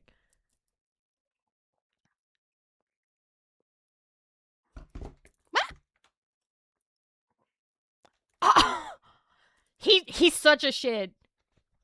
Oh, if you answer the phone from your boss, you're not really dating me. Dude, you want to live in fucking New York? You want to live in New York? Bro. Bro, you want to live like I'm not crazy for this, right? Like, isn't New York like crazy expensive? Like crazy, crazy, crazy expensive. Like, if your partner's like, hey, I want to have a job that's gonna be crazy high paying in a couple of years if I stick it out, shouldn't you be like, you know what? I support you for this next year. Like, I know this next year is gonna be hard. It's gonna be a little bit rough on us, but like, I can support you through this, and then. Also, Limeful Juice, thank you for 28 months. Thank you, thank you. Thank you so much. Thank you. Good night, geek. Good night. So yeah, Devil Wears Prada. I love Devil Wears Prada. I love Devil Wears Prada. It's one of my favorite movies. I love the fashion in it. I love the montages. I think that it's funny. And I do have those moments of being like, they're being so unsupportive. Like, when I was younger, I think I just kind of ate it up. I was like, oh man, her friendships are like falling apart. But now that I'm older, I'm like, oh my God, like, what the fuck? Like, how could you treat a friend that way? How could you treat a friend that way? Like, this is not normal. Oh my goodness. Guys, I don't think that we can immediately get into Ratatouille. I think we're going to have to take our ad break now and then talk about Ratatouille, because Ratatouille is a great movie. Ratatouille is a great movie and requires quite a lot of time. I don't think I can get this done in a minute 30. Ratatouille deserves more than a minute 30. Ratatouille, I think, is one of the best, like, Pixar films. Marco just tossed. Yeah, right? Me and Marco agreed, by the way, that they were shit friends. Like, we rewatched it and was like, oh my God, they are such shit friends. That was fun. Geek, thank you for 5 months. Thank you for resubscribing. Thank you. Thank you, thank you, thank you. But yeah, I will see you guys in 3 to 5 minutes. I'm really enjoying this. This is really fun. We are gonna have to do this again. There are so many movies. This is gonna take so long to add all the movies because I feel like I've seen a lot of movies. We'll have to do this more. Like, one stream is not gonna be enough. It's not gonna be enough. All right, I will see you guys in 3 to 5. This is the next opening. Ba-bam. All right, see you soon. That was Anime Stimmy time, the second one for the day. Thank you for being patient. I appreciate it. Thank you, thank you. Alrighty. Claris never misses. Let's go. Yeah, I liked Other Emo. It was good. It was good. I enjoyed. It was a fun, like you said, fun train wreck. Fun train wreck. But like, I wouldn't even call it a train wreck. It did what it wanted to do. It did what it wanted to do. Alrighty. The keys have been jingled. Yay! Okay. Ratatouille. I kind of want to watch the trailer for Ratatouille. So Ratatouille, I definitely know that I can rate because that's one of those movies that does kind of stay with you, I think. All right. So let me find the trailer. Ratatouille. Ratatouille was 2007. That was such a good movie. I don't think that there's been, like, I don't know. Has there been a Pixar movie as good as Ratatouille since Ratatouille? I feel like Ratatouille is honestly, like, probably the best. I remember when it came out, I totally doubted it. I totally doubted it when it came out because I was, like, 15. I was, like, 15 and kind of, like, edgy at that point. So I was like, I'm better than kid movies. But then Ratatouille came out. I was like, Ratatouille's amazing. And I love Ratatouille. I don't think that WALL-E is better than Ratatouille, but I do know that WALL-E has some people that love WALL-E, that are like WALL-E is better than all the Pixar movies. But for me, it might be Ratatouille. Ratatouille might be my favorite. I can't remember. I do like the original Toy Stories as well. Anyway, Ratatouille. Oh my God, it's preview for all audiences. There's no naked anime titties in Ratatouille. Despite being set in France.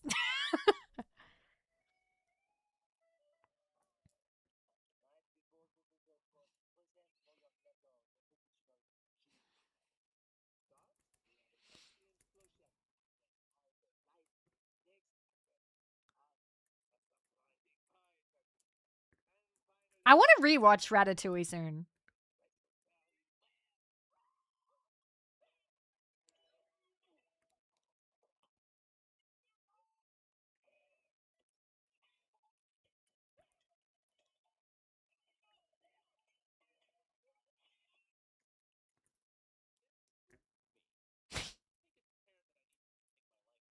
I can't remember who voices Remy. Let me look it up.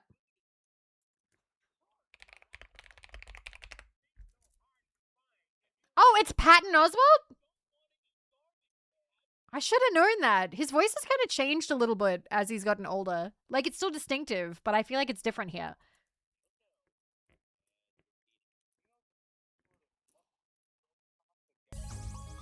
Geek!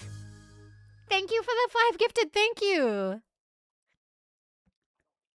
Thank you so much.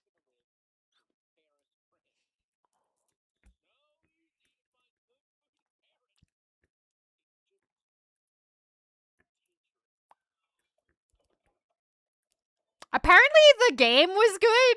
I see a lot of people talking about how the game was fun. That was a very teasery sort of movie. Very teasery instead of like being a full trailer. But yeah, they animated this trailer. These are not movie shots. Yeah, they used to do that back then. Instead of spoiling the movie, they would like make a trailer specially to be like, hi, this is the movie that's coming out. Like, they used to do that back then. And then other times they would also just spoil the entire fucking movie. Let's not pretend that things were better back then. Sometimes they would just spoil the entire fucking movie. Sometimes it would just be like, here's the start, here's the middle, here's a bit of the climactic fight so you know who the bad guy is, and then here's a scene of them at the end so you know they survive and everything's okay. Go see the movie. I loved the animated blooper ending stuff. That was so fun. I remember Toy Story 2 had great ones where like Woody like fell into like the little like tire thing and his butt got stuck. I loved those. I actively avoid trailers for movies most of these days because I don't want to know anything going into it. I hear that that's like a good way to like kind of keep the surprise for yourself. I do like trailers though. Like when I go to the movies, I still like watching trailers. Although I have found that like sometimes trailers will put me off a movie if they go a bit too like social media like TikTok-y with it, where it's like, oh, here are all the scenes that are gonna look great in vertical format, then I'm sort of like, eh. But no, Ratatouille. Ratatouille. All right. I watched it. I like it. Is it a 5? I just talked it up big game, but now I'm like, is it a 5 or a 4.5 for me? It's probably a 5. You know what? I thought about it. 4.5 felt wrong to me just then. That's how you find out. Is it cold? Yes, it is winter. It is winter here. It is winter here. Aw, Brian Dennehy's in it. It's a 5. It's a 5 for me. I don't know if I have like a category for this. Do I make like a... I can go back and make tags. That can be another stream. We can tag things some other time. Right now, I'm happy with it as is. Okay. And here's the part of this stream. What's the part of the movie that you like so much? I like the animation. I like the characters. I like the human characters and I like the animal characters. I like the message of the movie, which is that making something is worthwhile. And I like the little speech at the end that the critic gives where what is being criticized is honestly worth more than the criticism itself of the thing. Like, you can sit and write reviews all you want, but ultimately, what you are reviewing... yeah, everyone can cook. What you are reviewing is technically worth more than your review of it. And also, the everyone can cook can also apply to so much. Like, everyone can make art. Everyone can do a thing. And I really like that. Yeah, he's a great character. And you get to see that. Like, he's built up so scary, but then you just break into his mind and it's great, you know? Like, at that end bit. It's a beautiful movie. I like I like those kinds of ones. You know, I like those kinds of movies. Hi, Sheepy. Thank you for 64 months. And in a row. Holy shit. Thank you. I hope you're doing well. Thank you. Thank you. Yeah, everyone can pick up a paintbrush, put paint on a canvas. Yeah, it's everyone. Everyone can do a thing. Yeah. All right, but here's the part of the stream that I've been looking forward to, which is where I tell you that I have not seen a movie that I know that a fuck ton of you love. I have never seen Fantastic Mr. Fox. I have never seen Fantastic Mr. Fox. And I know that there are people who love this movie, like, a lot, but I have not seen it. Recommend for sure. Never heard of it, never seen. Never even heard of it. Apparently it's highly rated. It's up here. It's up here, I think. This is sorted by film popularity of all time. So 1, 2, 3, 4, 5, 6, 7, 8, 9. It's number 10 of the 2000s. How is it beating out Lord of the Rings? I guess more people have added it? But that makes no sense because this is 4.39. This says 4.30. So unless it's like... Oh, wait a minute. No, I don't know how this works. I'm just not a big Wes Anderson guy. So I have been... I don't think these are in order. It says it's in order. It says it's... Wait. Yeah, that's popularity, apparently. Also, thank you guys for the hype train. Choo-choo. Thank you. I guess it's probably more people. I don't know. I'm not sure how it's weighted. Some kind of weird algorithm. But no, I have not seen Fantastic Mr. Fox. I've recently seen some Wes Anderson movies. I think I've seen 2 recent. No, 1? Just 1? I saw that hotel one. I've seen the hotel one. And it was okay. It was okay. I wouldn't put it in, like, favorite movies of all time. I don't think it's my kind of movie. You love that movie? Yeah, Jets loves that movie. Mako loves that movie. Wait, did Jets like it? I think Jets liked it. I believe Mako really liked it. I was kind of like, like, it's good. It's good. But, like, I walked away from it being like, I'm fine if I don't see it again. Like, I didn't hate it. Please know I did not hate it. It didn't really do a lot for me. If it didn't vibe with you, you probably won't like Fantastic Mr. Fox either. Okay. She hates it. Alrighty. Moving on. Lord of the Rings. I love Lord of the Rings. I love the Lord of the Rings movie. I love the Lord of the Rings movie. I love this movie. I saw this movie in theaters. I might have been too young for it, maybe. 8 or 9. 8 or 9 when it came out. I loved Lord of the Rings. Lord of the Rings is a series that my mother loves. Even my dad liked the movie. I think we went to see it. We might have gone to see this with my cousins. I have memories of watching the DVDs with my cousin in Sydney. Like, we bought, like, a whole bunch of chocolate, and we were, like, we had, like, all these, like, chocolate milk and stuff, and we were bundled up in blankets, and we're like, we're gonna watch all the Lord of the Rings movies from start to finish, and then we'd fall asleep in, like, the second one. I just really liked it. I just really, really, really liked Lord of the Rings. I have not read it yet. I do have the books. I have been given the hardcovers. It was gifted through Throne. Thank you again, Scholar, for gifting those. I do really appreciate it.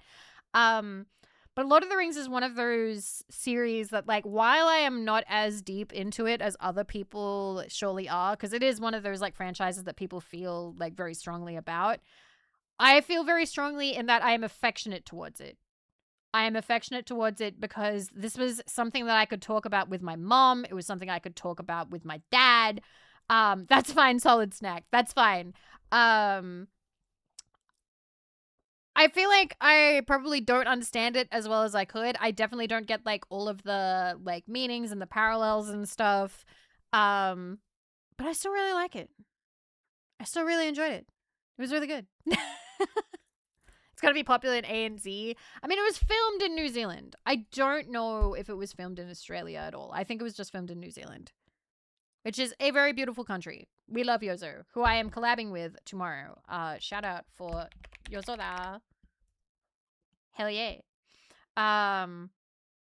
He tried to, I hate it because my dad tried to frame every moral lesson he tried to teach me through Lord of the Rings moments. That would get old. And I don't blame you. I don't blame you. That would definitely get old. But I would also love to know how. Like, can you give an example? Or would that be like, I don't want to know if it's like traumatizing, but like, was there anything? Do you have one that you can share? Because like, I'm trying to imagine how to frame a lesson to a child using a Lord of the Rings scene. Like, I'm trying, but... Oh, 3-pointed! Thank you! Thank you for the 3 gifted! Thank you so much!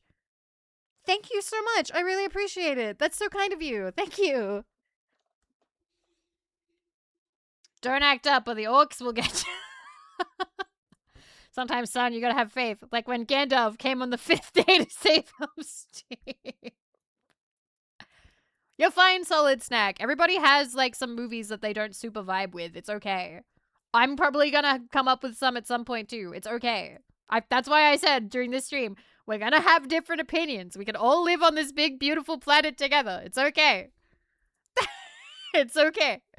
The one I remember the most was, even though you hate that kid for what they did to you, then you shouldn't be mean to them because they might be like Gollum and be important for you at the end of your journey. I feel like that's a bad example because, like, doesn't that go really badly? And bite your finger off and attempt to put you in a volcano? Like, Dad.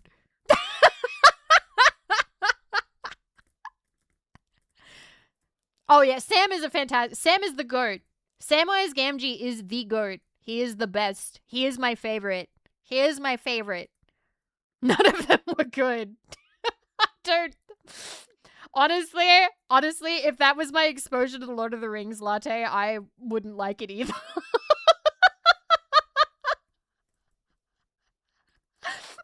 Totally fair. Totally. Like, even if you didn't like it just because you didn't like it, that would have been fine. But, like, that would so put me off anything. To be like, Dad, stop giving me shitty advice because of Lord of the Rings. Yeah, it was a desperate last resort plan. Anyway.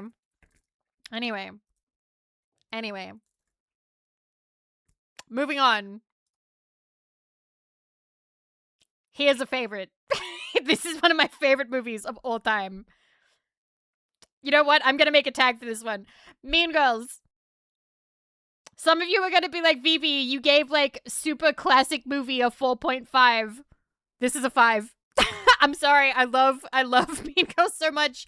I am so attached to this movie. I loved this movie in high school. I loved this movie as an adult. It's comfy. It's so quotable. It's so boppy. I just love it. I love it. Review or log. All right. How do I spell it like how I usually spell stuff, or see, this is when I'm like, do I cave to American spelling or do I spell it the way that I spell it Aussie style? Spell it Aussie style. Should I let myself spell something Australian? Aussie it? Thank you.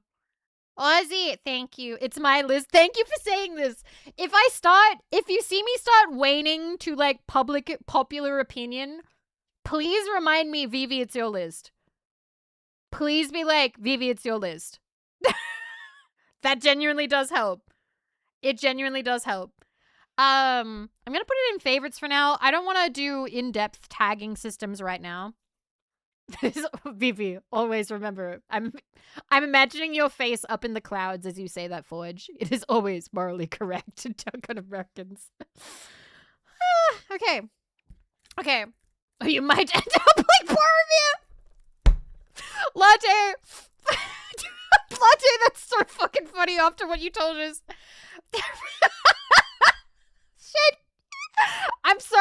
But if you ever want to get a huge laugh now, you just need to have to give like advice with like a Lord of the Rings, or you might end up like Boromir. Vivi, remember to do the dishes, or you may end up like Boromir.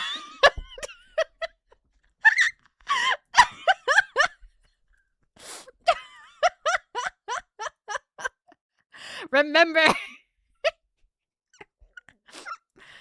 Oh, fuck. Okay. I love Mean Girls. We're watching the Mean Girls trailer. We're watching the Mean Girls trailer. I'm making you watch it. I'm making you watch it. I want to see the Mean Girls trailer. I want to see the Mean Girls trailer. Okay, classic trailer 8 years ago.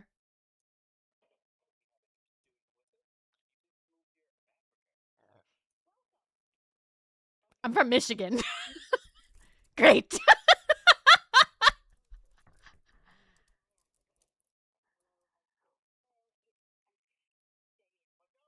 Thank you guys for the hype train.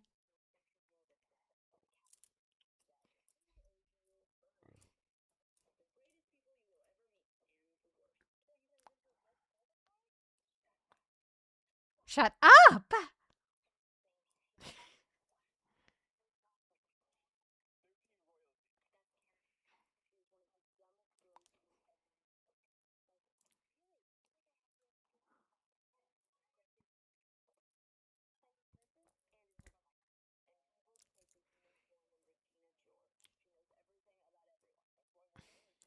It's full of secrets. We're going shopping. I know, right?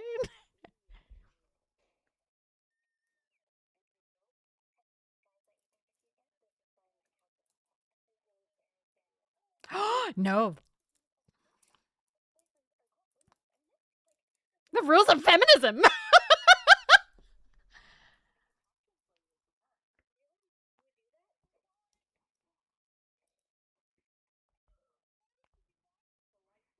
The actor who plays Aaron Samuels is in fact gay and in a very loving relationship.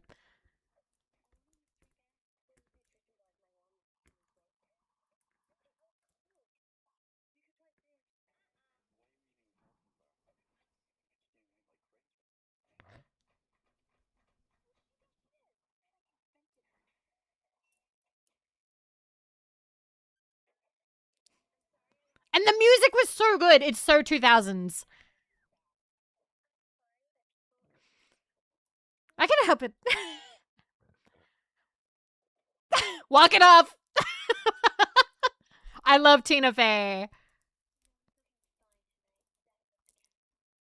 It's your cousin. Now available on Paramount. Love that movie. Love that movie so much. So much. So yes, that's a favorite. That's a favorite of mine. I like chick flicks. I like movies I liked when I was a teenager. It is funny. It is funny and good. All right. Moving on. Notebook. I want to ask you guys, do you think that this is a favorite for me or not a favorite for me? I'm just curious. I love Mean Girls so much. Me too, Zelmis. Me too. Never heard of it. I assume not. This is, so you guys know, The Notebook is a famous chick flick. Famous. All right? It is super, super well known. It is one of those, like, people cry watching it. It's one of those romances that people say is, like, the most beautiful romance ever. You said the word chick flick, so you love it. Haven't seen a trailer for it. I haven't either. I kind of want to see the trailer for it. Okay, she hates it. All right. I didn't like it. I didn't like it. When I saw it, I didn't like it. It is somewhat well known for being like the romance movie that women love. Personally, it didn't really hit for me. So the woman who played who played Regina George in Mean Girls, the trailer we just watched, is also in Notebook. I've forgotten her name. Oh wow, it's long. It's a large trailer.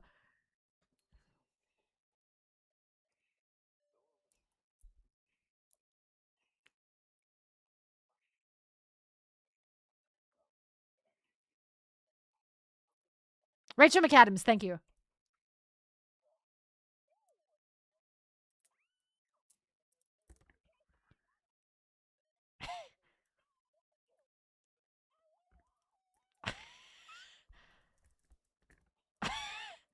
Ryan Gosling, my beloved. Hey, I'm gonna kill myself in front of you. Go out with me.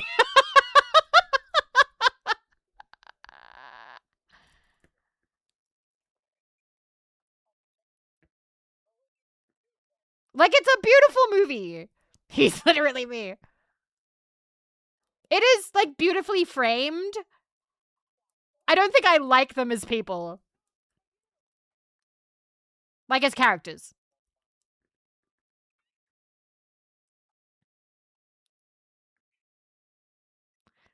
Nicholas Sparks typically writes this kind of stuff, by the way. Like, tearjerker stuff. We just watched the whole movie. Yeah.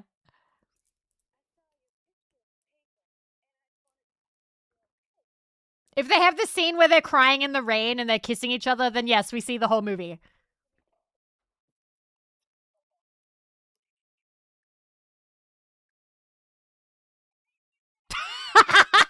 There it is. There it is.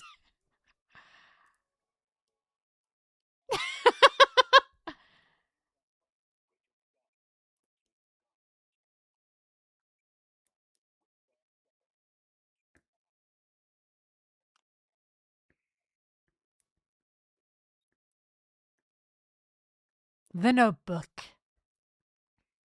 I wonder how this plays out. So yeah, The Notebook is like famous, like super famous. It's not a bad movie. I just didn't like it. I personally did not super love it. It really was just the whole ass movie. We didn't have time back in those days. The trailer had to show us the whole thing. So yeah, I have seen it. I have definitely seen it. I would not put it on liked. I would not put it on liked. Okay. Coraline. I've seen this movie a million times. We would watch this in the server, I think, every year for Halloween. Everybody picked Coraline all the time. And you know what? I love Coraline. I had Coraline on DVD. I genuinely loved Coraline. Coraline was one of those movies where, like, I was like, wow. Back when I didn't really have money for DVDs, I bought the DVD. I hated this as a kid. I was not a kid when this came out. I had almost graduated. So, like, yeah, I had the 3D DVD too. It came with glasses, like the ones I'm wearing. Yeah. My God. You hated it? I loved it. I loved it. I loved Caroline. I owned the DVD. And I really liked Babinski.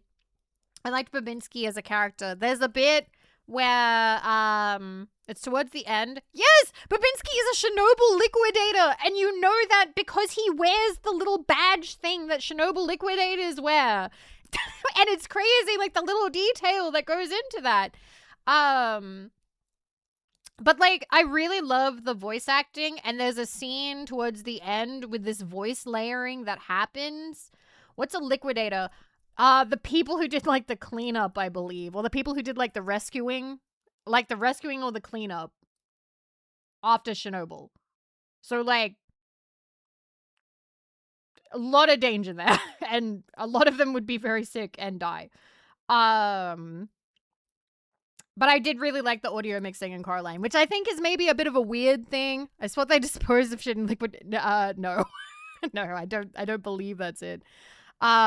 The monument for them has the inscription for the men who saved the world. That's very, wow, a lot of weight to that. It feels weird to compliment like the audio mixing, but I do really like the audio mixing Coraline. Like, it's one of those ones where I'm like, wow, this is a beautiful sounding movie. It also is visually really good, and I like the story as well. I had the book. I actually had a signed copy, but I left it behind when I lived with my dad, and I don't know how much those are going for now since of everything that happened with Neil Gaiman. But moving on, because I'm excited about to talk about the next one. So yeah, I really liked Coraline. Little Miss Sunshine is actually one of my favorite movies of all time. This is actually one of my absolute favorite movies. I love Little Miss Sunshine. I can't remember when I first watched it.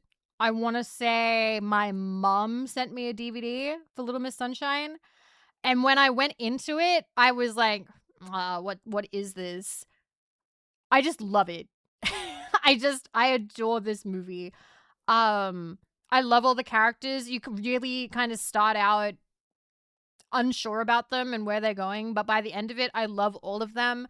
There are so many scenes where I was like, holy fuck. Like, it was just really, really, really good. It was really good. And I like how it ended. I thought it was funny as fuck. Yet the scene on the side of the road is crazy. Like, it's so good. Like, part of me wants to show you a trailer for this one, but part of me also doesn't want to spoil it, but I have been showing trailers, so I kind of want to...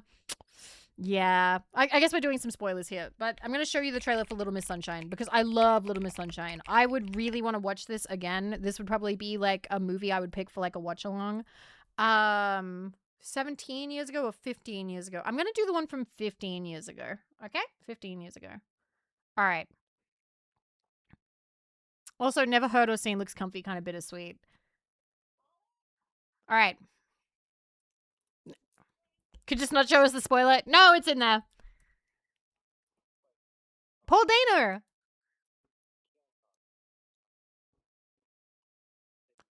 Is that Nietzsche? Far out.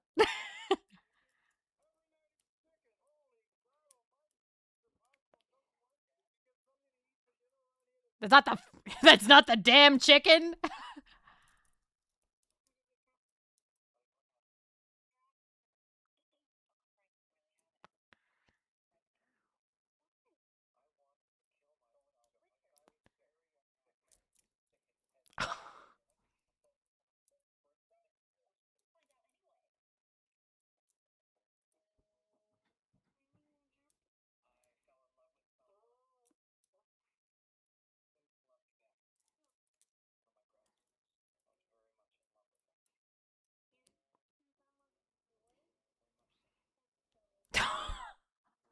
There's another word for it, Dad.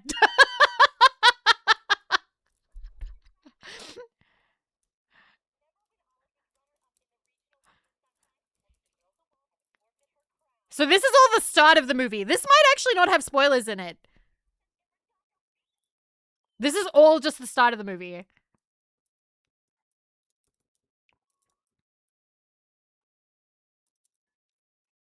But I really like Steve Carell. Steve Carell is one of my favorite actors, I'm gonna say. Probably. And I had a huge crush on Paul Dano when this came out. Hi, Beryl! Beryl, what's one of your favorite movies?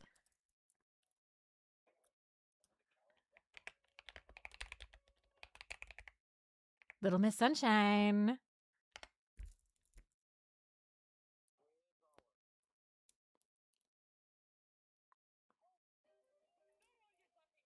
Yeah, there are a lot of twists and turns in this one. This trailer is good. It didn't spoil it. The other trailer, I believe, did. Oh, goodness. One of my favorite movies. Oh, my God. I'm honestly not sure. It is a hard question. It is a hard question to answer on the spot. I've just been saying Robin Hood Men in Tights. That's like the easiest one for me to say is like a favorite. Grandpa's advice. Fuck a lot of women. It's so good. Fuck a lot of women. A lot of women. Like there's a scene in the van where he tries to give Paul Dano's character advice, and he's like, if I can give you some advice, you should be getting that young shit. Like like it's crazy. He's like, you're in high school. You're young. You should be getting laid.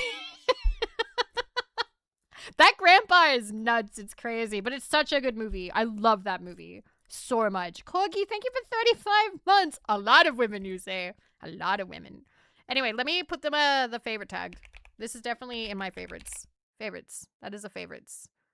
Save. Yeah, that's a 5 out of 5. That's also a 5 out of 5. I love that I haven't been able to give any like 3s or anything because I'm either like I love this or I'm not confident in rating this at all. Oh, but I have a new tag. Oh shit. Okay. I can't rate this movie. But you know what I can do?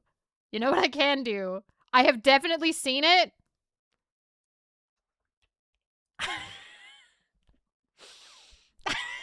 Okay, how do I want to word this?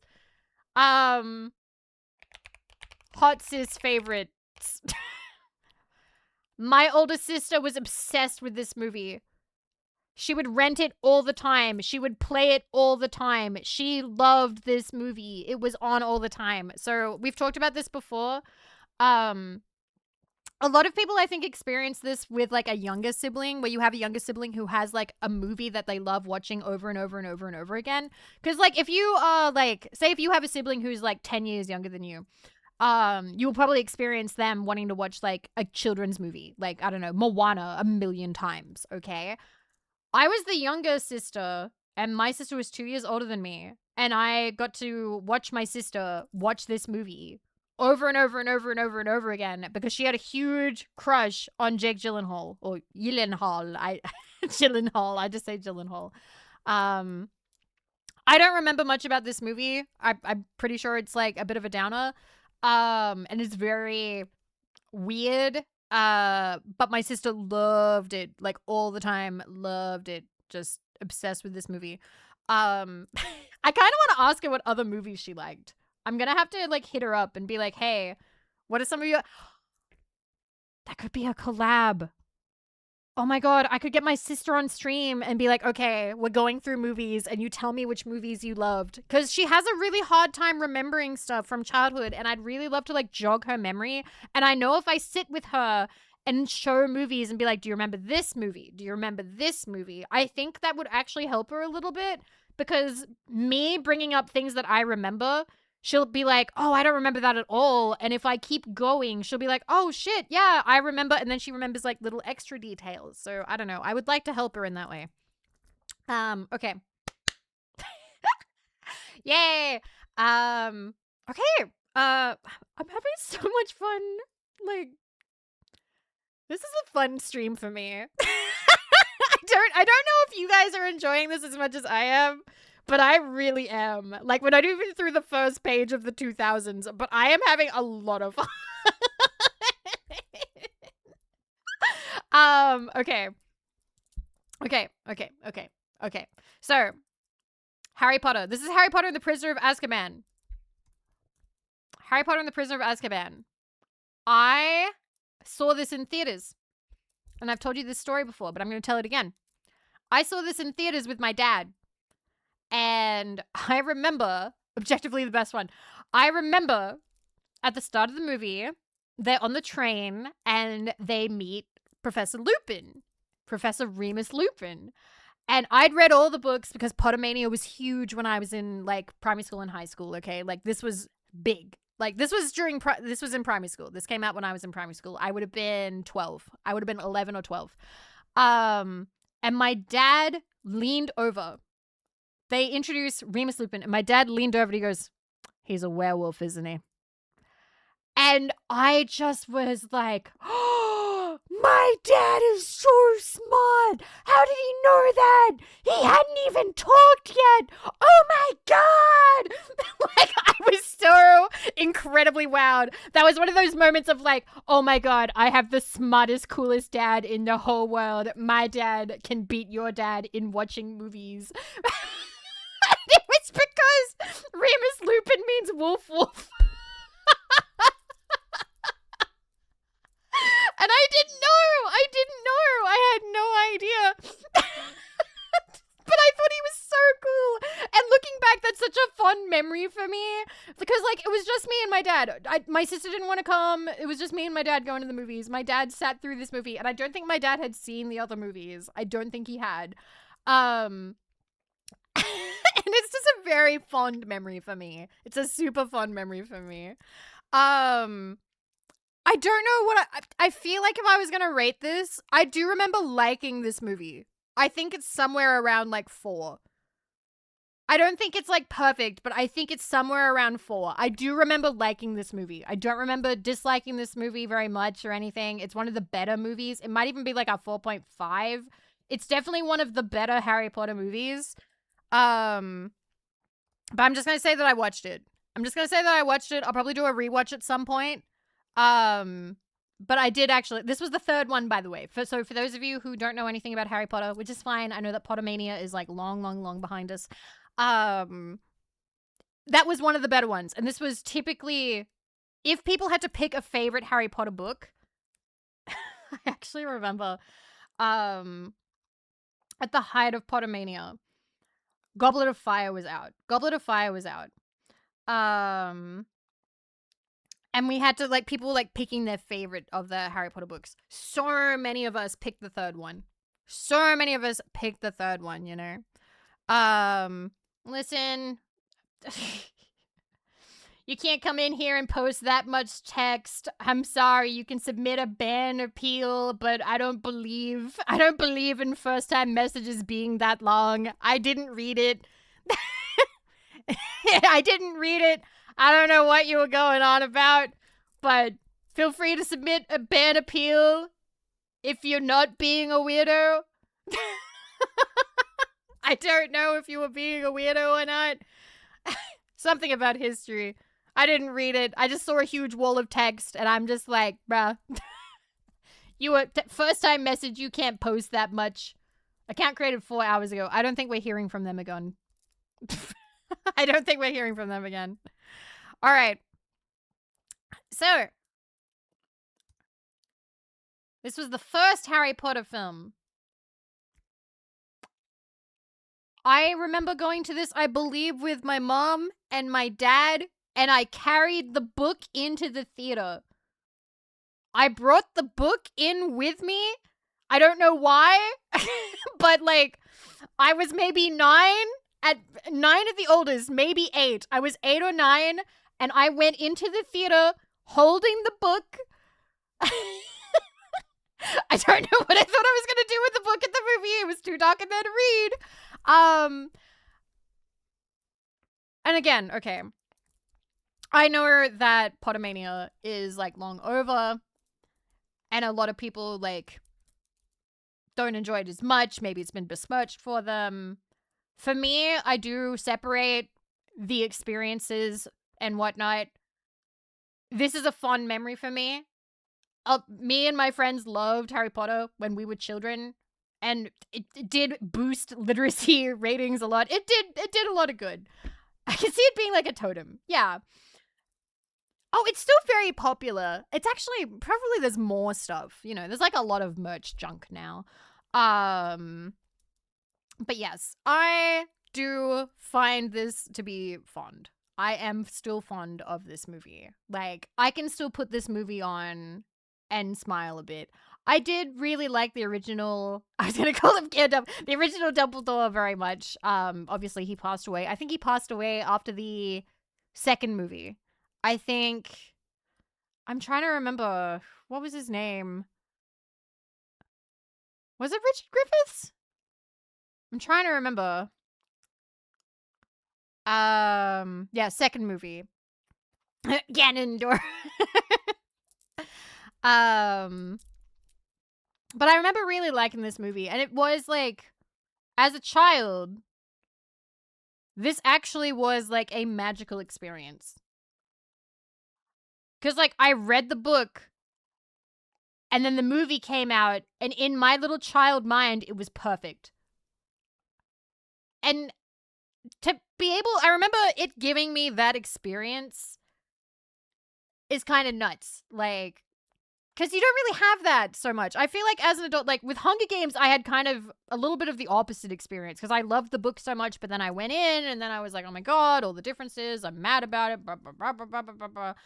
Fun fact, he agreed to play Dumbledore in the first 2 movies because his granddaughter said she wouldn't talk to him again if he declined the role of. I remember seeing that, and he nailed it. He did.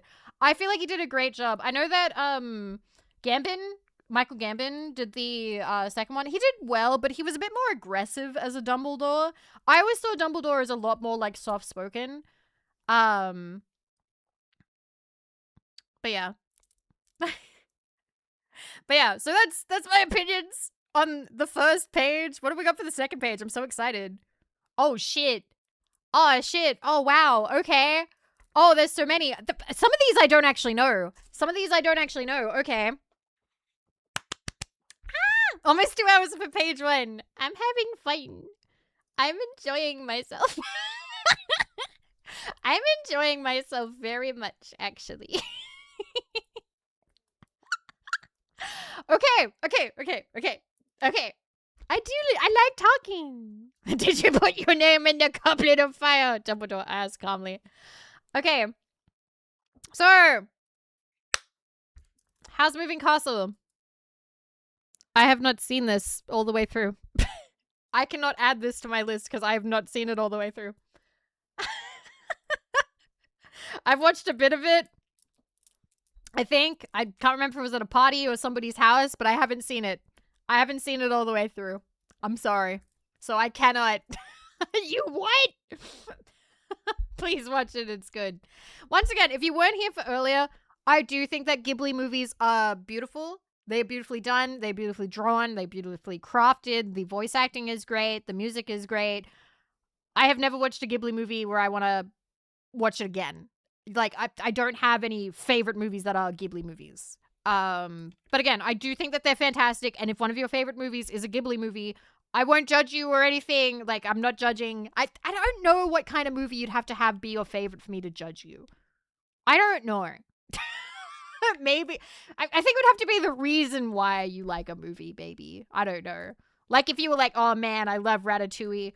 I've come so hard when I watch that movie. I just spank it super hard when I watch Ratatouille. Then maybe there's like a little bit of judgment. Like, maybe I'd be a little confused and I might be like, what? Why? Like, I think that would be a reason why I might, like, raise an eyebrow at somebody and be like,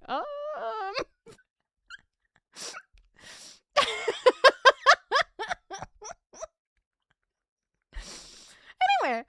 Okay, streamer, time for bed. No! I'm not done talking. I'm not done talking.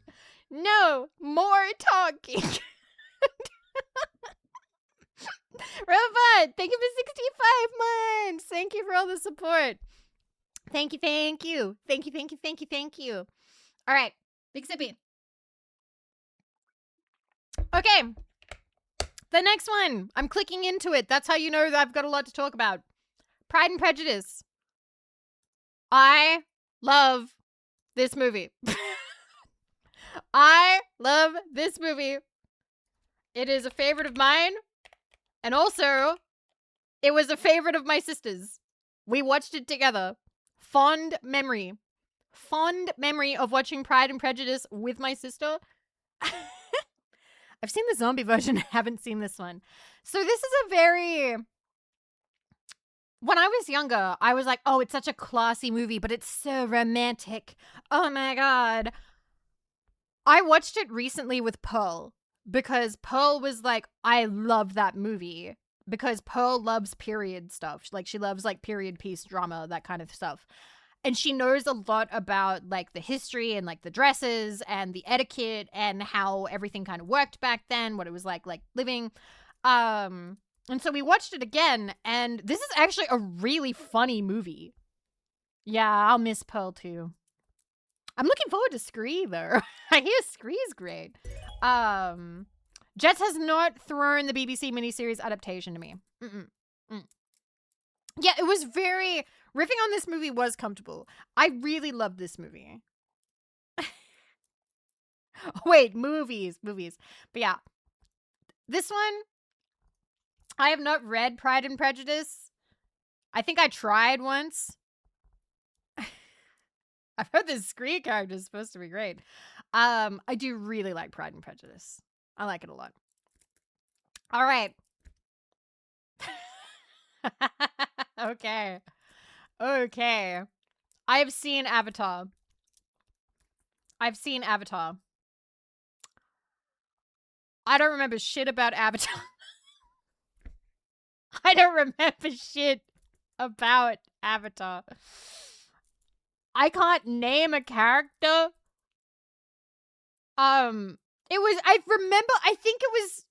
I think it was beautiful. Can we watch it? Can we watch, like, beautifully, like, visually? I think it was visually beautiful.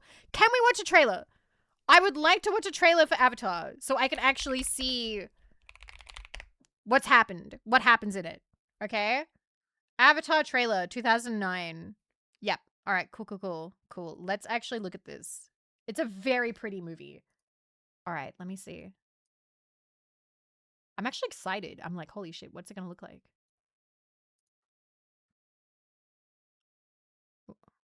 Jake Sully. Jake.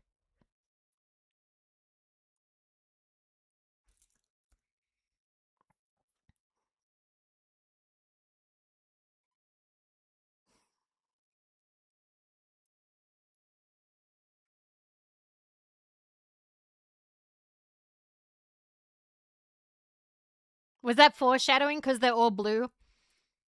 The blue lighting made them blue.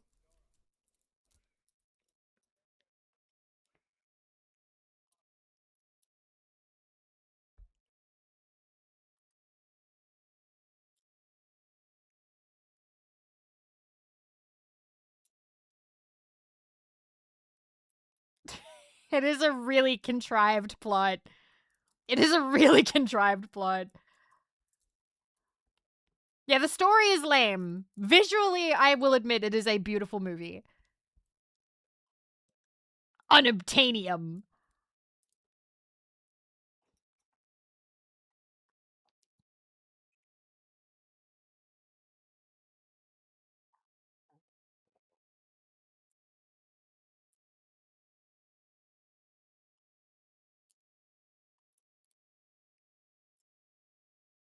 We gave it your stupid haircut.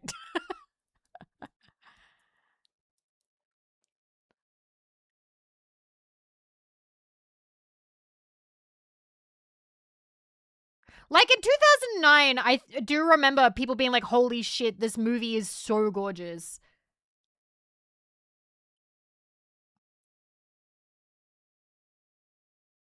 I wonder if anyone had their sexual awakening to like the big blue aliens.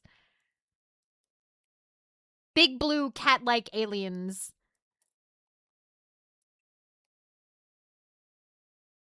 Easy. Oh, absolutely. It was always sold out, Darrell. Also, Darrell, that's so cool that you worked in a theater. Like, I always thought that would be a really cool job.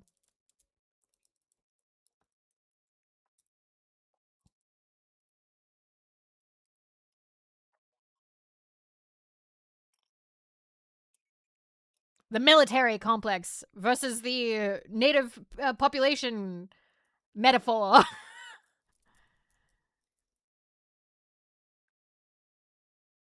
Management ruined it. That sucks.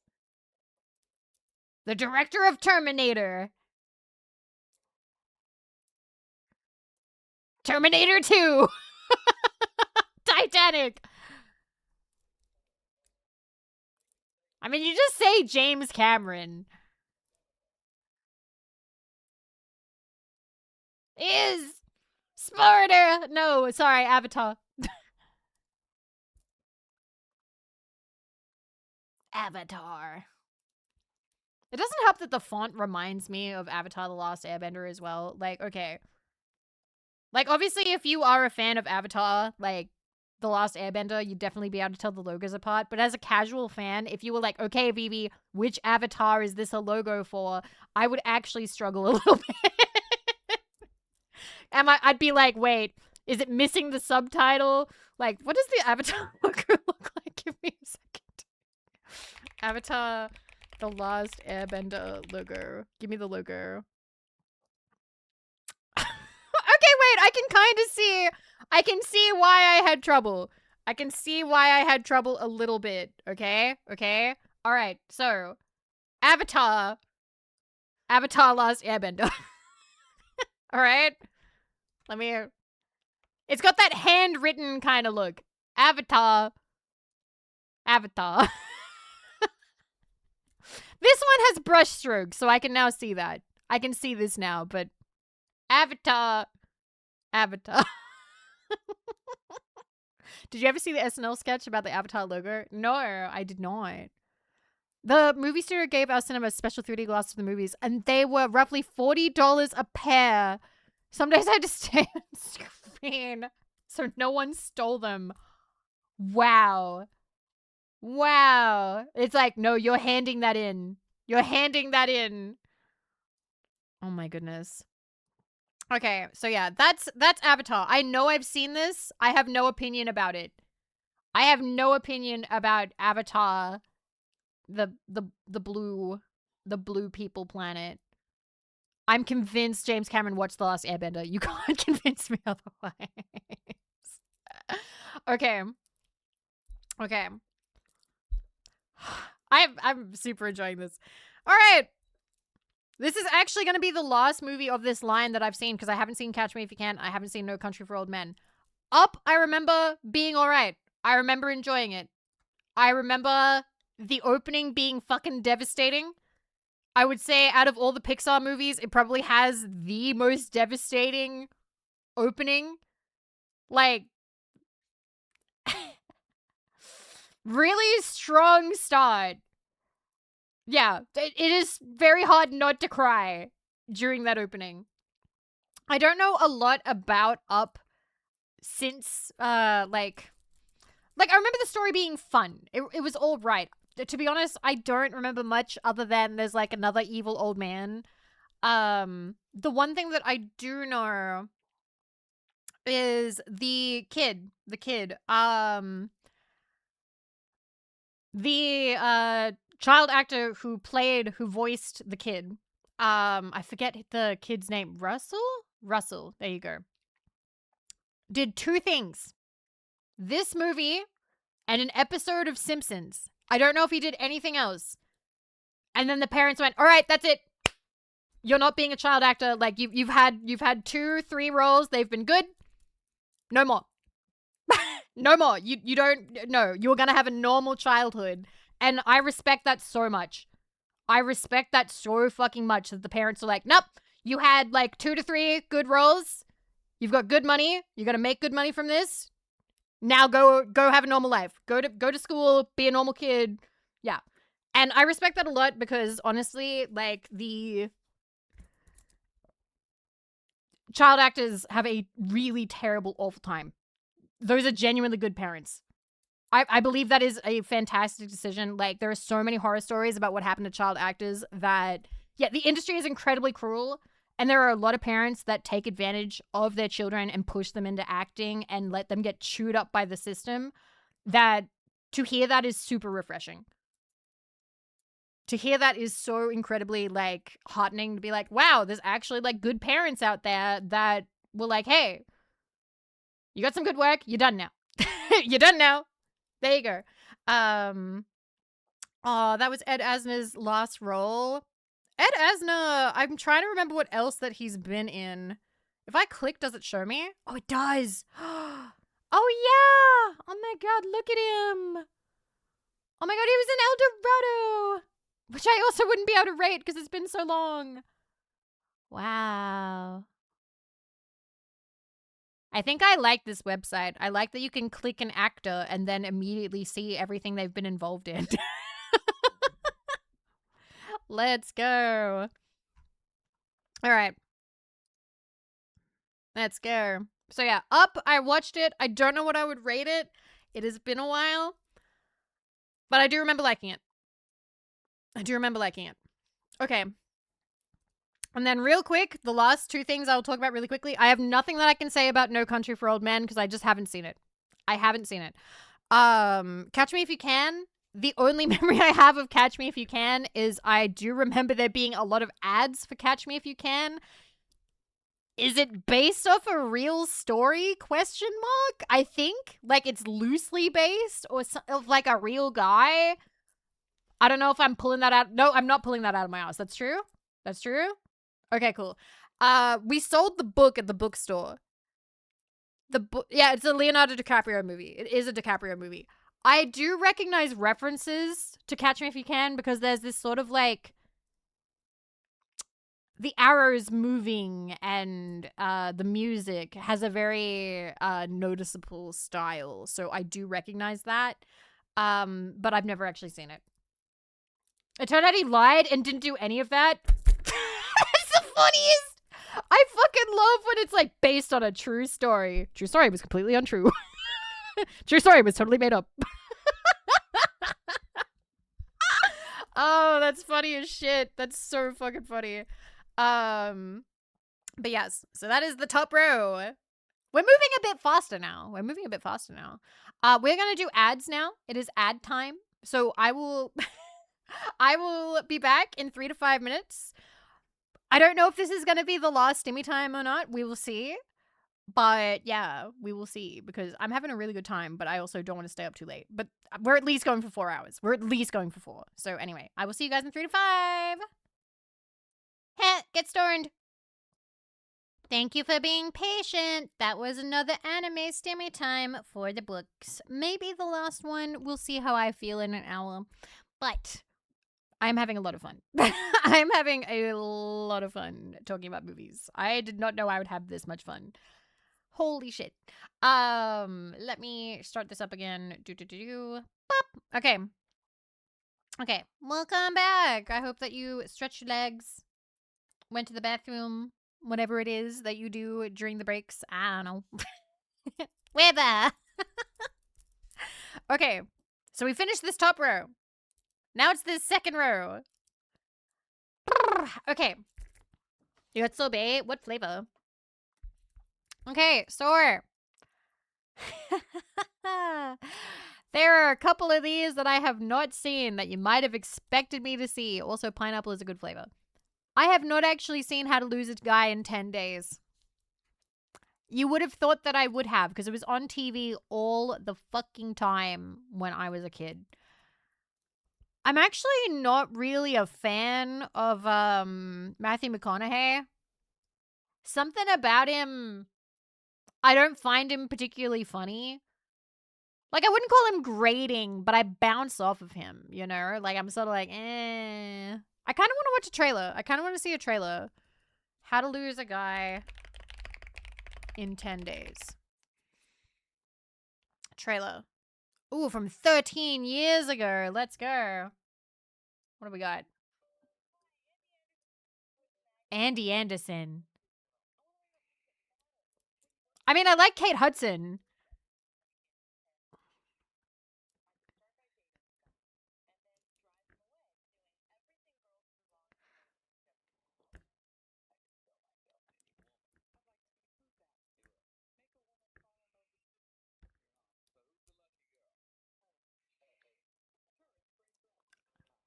Oh, so they're working against each other.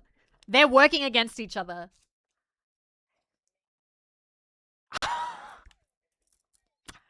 Okay. She redecorates his apartment. Fills it up with pads.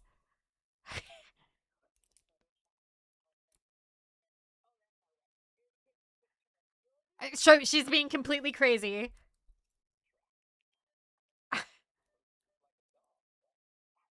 It's a decent rom-com. I think I need to see this.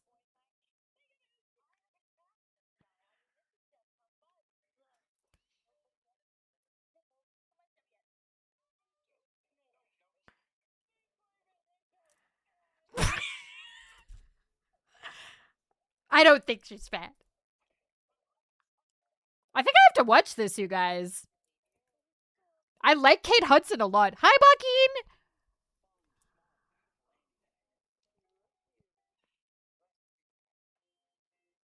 Vivi, no. I think I have to see this.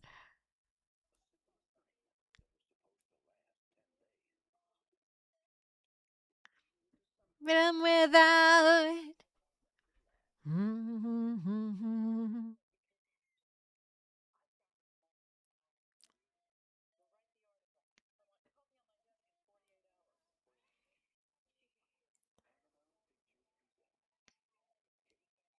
Hey now, don't seem it's over. Okay. Fuck, I think I gotta watch this. Vivi dodges bullet. Ooh, a bullet. I'm sorry, guys. I think I have to watch this one. I think this is actually for me. I think this whole is for me. How do I add this to need to watch? Watch list. Yay! Watch list. We can watch it together. I see. I see. Yes, did. That was the whole movie. I want to see it again. First movie on the watch list. Let's go. All right. Wall-E. Okay. I know a lot of you love this movie. Love this movie. I saw this movie in theaters. I gave it money. It is not a bad movie. It is just not my kind of movie. I know that years ago I had to give my opinion.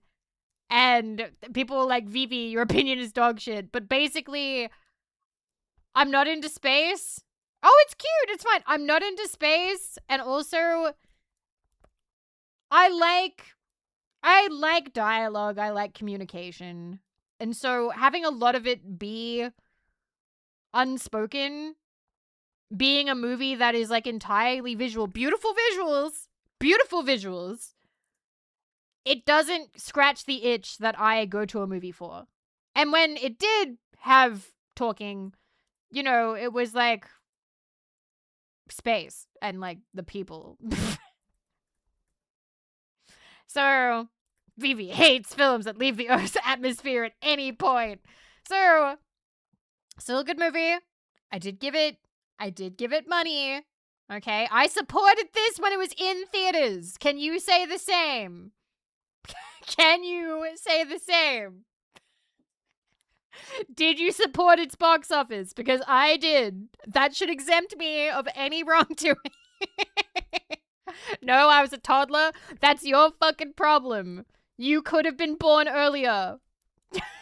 That was your decision to make in the scheme of the universe. Okay, your parents pirated it. Oh my god, I can't believe it. If it took a place 100% on the ground, would it have been a better movie? I don't know, because I didn't like Fantasia either.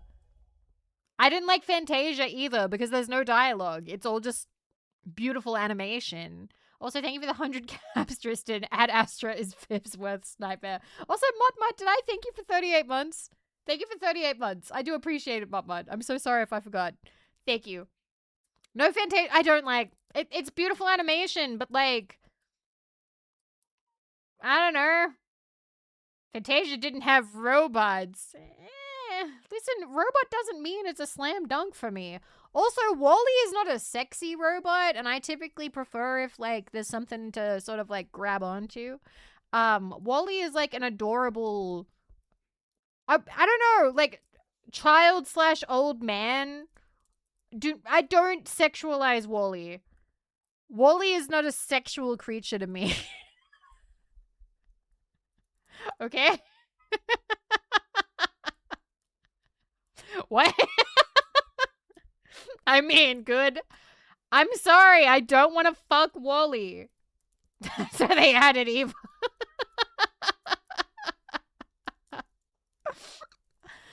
Oh, beautiful. Okay. So, a lot of you love that movie. I'm sorry, it's not one of my favorite movies, but it's fine. Okay. How do I feel about Eve? She's not really for me either. I don't know how to explain. She's not really for me. Sorry, I'm just clearing notification real quick. Eve is egg. Yeah, egg. 1 second. Business. All right. It's KPP. You can be wrong. I think the steering wheel was what he was the evil one, right? Everyone just like, I told you I have opinions that you're not gonna like. Yeah. Okay. I respect your opinion. Thank you. I appreciate that. Thank you very much. I'm not sure we can share the planet anymore. I'm sorry I disappointed you. I'm sorry. I apologize. Okay. Okay, if you don't mind, real quick, I need to step away just for a minute because I'm kind of overheating a bit, so I need to take off my sweater. I will be right back. 1 second. Please, I'm not getting naked. I'm not getting naked. I just need to take off my sweater, okay? Okay? Don't make this weirder. One sec. Okay, sorry. It got too warm in my room. She's totally getting naked. Got too warm, and I also wanted to kick off my pants. Leave me alone. Okay. I'm not undressing. I'm not undressing for you. It was just warm. It was just warm. Not getting naked. Likely story. My God. It's the same shirt. I'm getting cold out. It's a big shirt. It's a big shirt, okay? It's fine. If Marco walked in, it would be fine, okay? Don't worry. Thank you, Emo, for the 5 gifted. Thank you. This is taking a turn. I'm sorry. Defending my take on Wall-E actually made me a little bit nervous. I actually got a little bit nervous defending, and I had to step away and be like, okay, we'll take off the sweater because we're feeling a little bit warm and a little bit like, oh no. And I originally was like, don't tell them you got anxious defending your take on Wall-E. But I guess it's just out there now. Okay. We're fine. I almost was like, hey, can we go on BRB for just like a second? I almost went on full BRB. I almost went on full BRB. Okay, but we're fine. Thank you, Wall-E fans, for forgiving me. I appreciate it. Not caring much about the robots. I don't know. None of them did anything for me. And, like, they weren't there to do anything for me anyway. It's fine. It is... It's not that I've hated all space movies. I liked Alien. I thought Alien was a good movie. It's time to see why you're so hesitant to write movie reviews. I think that movie reviewers are probably... Out of like game reviewers and book reviewers and like anime reviewers and stuff, I think that movie reviewers are the most intense. They are the most intense, actually. And I am a little bit scared of them because people do try and make like a career out of like film critique. And I don't really want to like compete with that, but I would like to share my thoughts about movies in an articulate way. Yeah, we were talking about that at the start. Scholar. Like, usually they are the most pretentious. Like, actually. I definitely respect movie critics way more than game critics. I think with game critics, you've got the issue of watching a movie. The way to fail watching a movie is to not watch it. Or to half watch it. With a video game, you can be bad at the game. You can be bad at the genre. You can not understand the appeal of the genre. There's more ways to fail at being a game critic, I think, than failing at a movie critic, if that makes sense. Oh, no, that's fine. That's fine, Scholar. That's totally fine. Entertain your aunt. Entertain. It's totally fine. You can completely misunderstand the movie. True, that can also happen. All right. However, the next movie is impossible to misinterpret. It is Shrek. It is, in fact, Shrek. 2001. So, this was the same year as the first Harry Potter movie. 2001 had a fuck ton of great movies.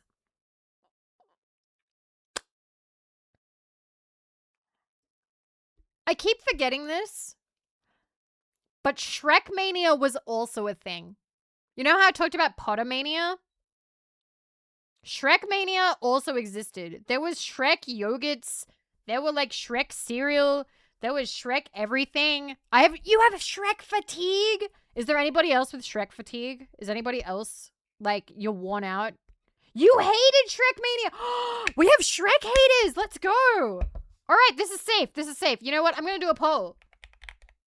I'm fascinated. I'm fascinated by this. I'm so fascinated by this. Okay. Shrek.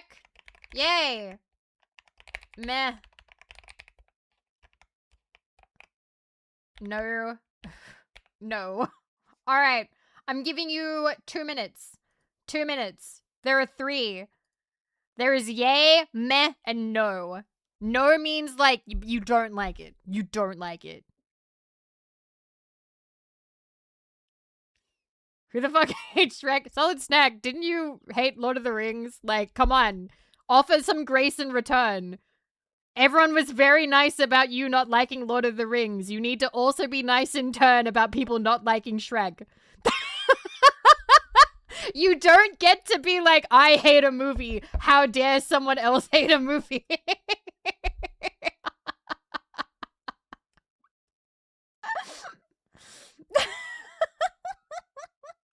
I'd say I'm meh. I'm say that I'm meh about it. Called out.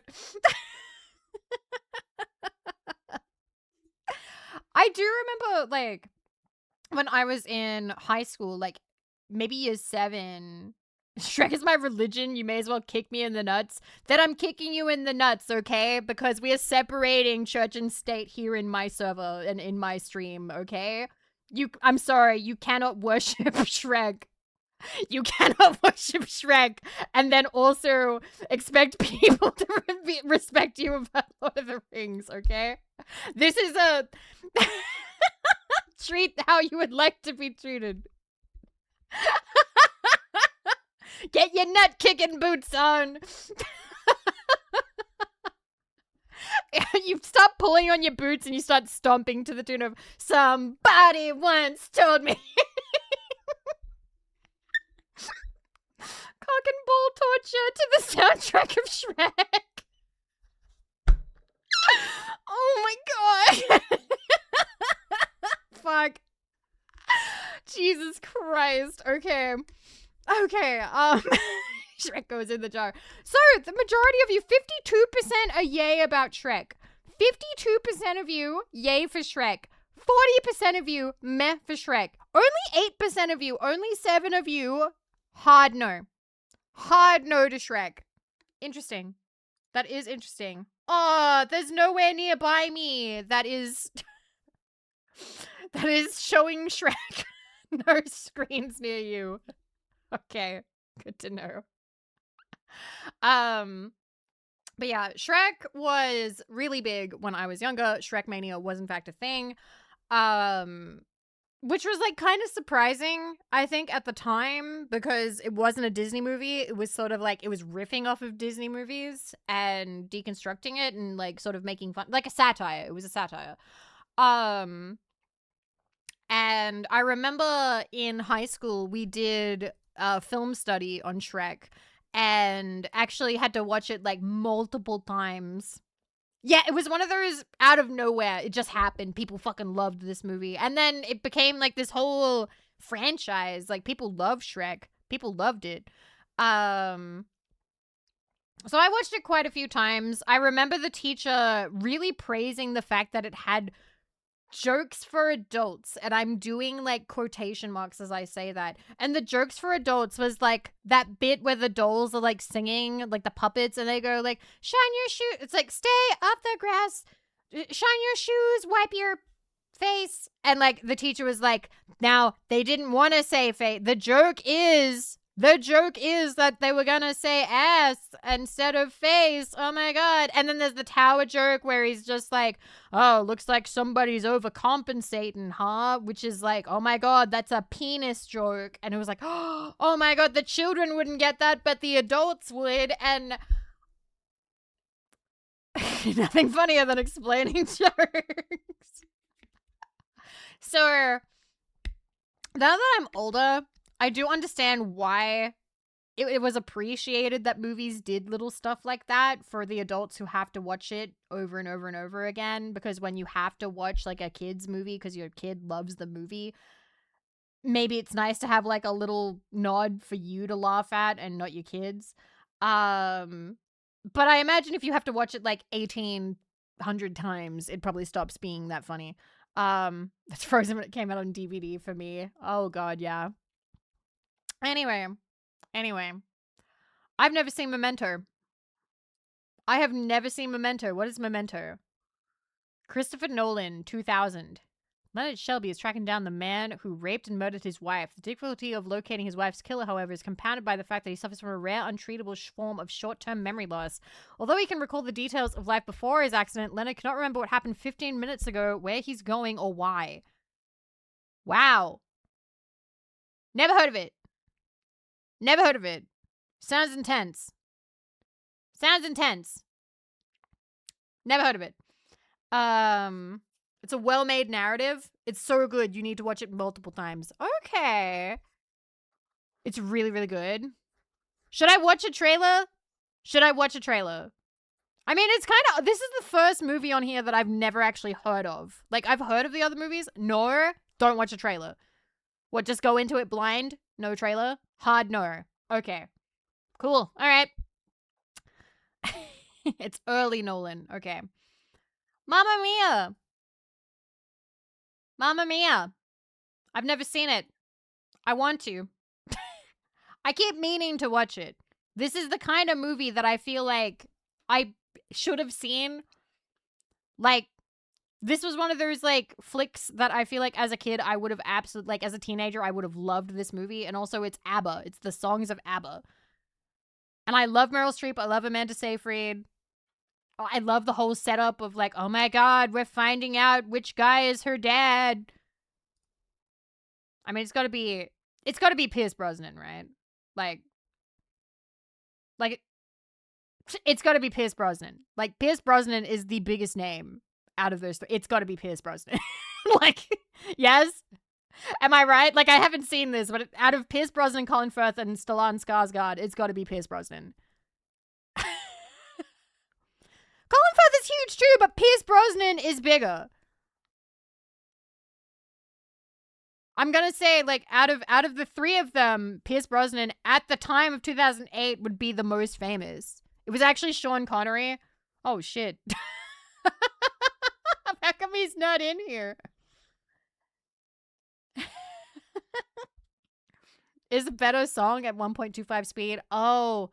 People do that for, like, Nightcore. Do you actually want to know? No. No. No, I don't want to know. I'll watch it. I'll see for myself. I'll watch it. It was actually an immaculate conception. Ninja, you need to... you need to fucking stream about movies. Okay. Twilight. There's so many of these movies were like huge. Like huge, okay? Like so big. Twilight. I definitely saw it. Did I love it? No. No. They actually pumped this out pretty quickly because Twilight, I believe, was published 2005. So getting it done in 3 years was fairly quick. First movie craze I felt fatigue from. Twilight is complicated. It's complicated, but also very simple. You know, like, teenage girls love Twilight. Make money off of teenage girls wanting to go to the movie and buy movie posters and scream about Robert Pattinson. I think it's fun. This is more fun with friends. It's definitely more fun with friends. I think I knew quite a few people who were disappointed that it wasn't as good as the book. I remember there being quite a few people being like, oh, the movie is so different. You can tell that the actors hated it. And if you were like a fan of Twilight, some people were kind of like disappointed finding out that like the actors kind of found the story a bit stupid. I never want to give Twilight a chance because you told me about the book ending. Ah, yes, Breaking Dawn. Breaking Dawn. Anyway. Yeah, Phil, that is how it goes. That's how that goes. Okay.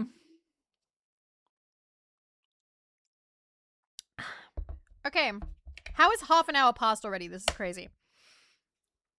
Okay. Spider-Man. I'm going to disappoint you. I don't know what Spider-Man this is. I don't know who's playing Spider-Man. I don't know if I've seen this Spider-Man. I don't know. I can't tell the Spider-Mans apart. You love that movie. You love Spider-Man? It's Tobey Maguire. It's the first one. It's the good one. I'm not a superhero movie person. First ever Spider-Man, the meme one. The Toblerone. What, the Toblerone? Damn, I want a Toblerone now. I have a Toblerone. Oh my god. The original Spider-Man. So is this like the first one? That's not the first? Tobey Maguire, Willem Dafoe. I don't know if I've ever seen this. So because of that, I'm not adding it to watched because I feel like I genuinely might not have seen it. I genuinely might not have seen it. I've seen memes, I think. Is that the one where he's like snapping his fingers? It's the one with the Green Goblin. It's good, but it's not a very serious one. Yes. Okay. Okay. We need to fix that. Wait, the finger snapping is in the third one? Aw, man. Something of a scientist myself. Okay. So yeah, I can't give you any opinions on Spider-Man. I didn't see it. I also have never seen Requiem for a Dream. I said Requiem at first. Drug-induced utopias of 4 Coney Island residents are shattered when their addictions run deep. Ellen Burstyn, Jared Leto, Jennifer Connelly, Marlon Wayans, Christopher McDonald, Louise Lasser.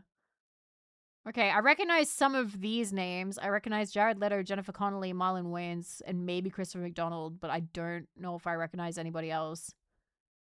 Good movie. Bleak as fuck, though. Never heard of it. Never heard of it. It's not a fun movie. Okay, that's probably why I haven't heard of it. Probably why. Does look very bleak. Okay. It's one you'll only ever watch once. So, like, Mako seems to like watching movies like that sometimes. Not always. I'm not going to say that, like, she likes bleak movies. She will watch movies that are, like, famous, or, like, people have said good things about them. Like, cult classics. But, like, some of them are bummers, man. Some of them are bummers. I watched, what was it? It was, like, Good Time or something. I think it was called Good Time or something like that. It had Robert Pattinson as it. And, like, I never want to see that movie again. Technically, it was a good movie. I'd probably give it like maybe a 3 point something or a 4. Like, it was a good movie, but it was bleak as shit. And I had a panic attack towards the end of the movie. Just everything kept going wrong. And like, I'm sitting there with Marco. And we're like, oh my God, like, holy shit. And at the end of it, I was like, wow, like, that was an experience. I never want to have that again. Don't watch this one then. Like, it was emotionally crushing. It's similar to that. Yeah. I'm not about that kind of time. I'm not about that. I don't really like watching a movie that stresses me out or makes me feel just super sad. Like, I don't enjoy that. That's not my kind of thing. Like, life can be hard. I don't want movies to make life feel hard too, you know? Here's the most important thing. Should I watch it? Should I watch this if I'm never gonna watch the movie? You know what? I will. Fuck it. You know what? I will. I'll watch this clip. I will watch this clip because I'm never gonna watch the movie. You guys have convinced me not to watch the movie. Okay. What is it? Is it a song?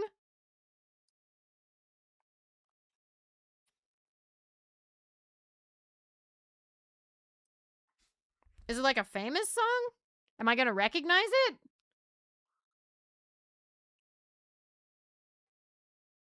Okay.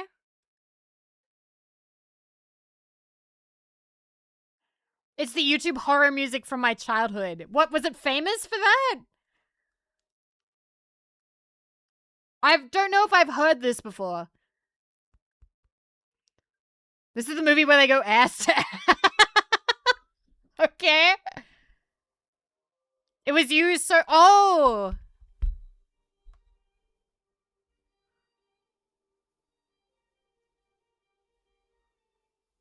Oh!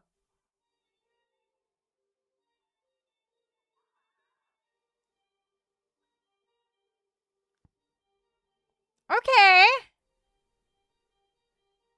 So that's the part everybody knows. Because I think I have heard this. Ass to ass.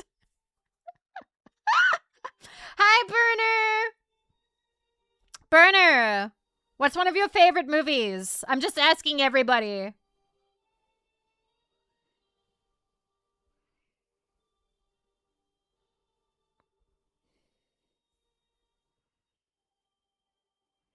What else has Clint Mansell done?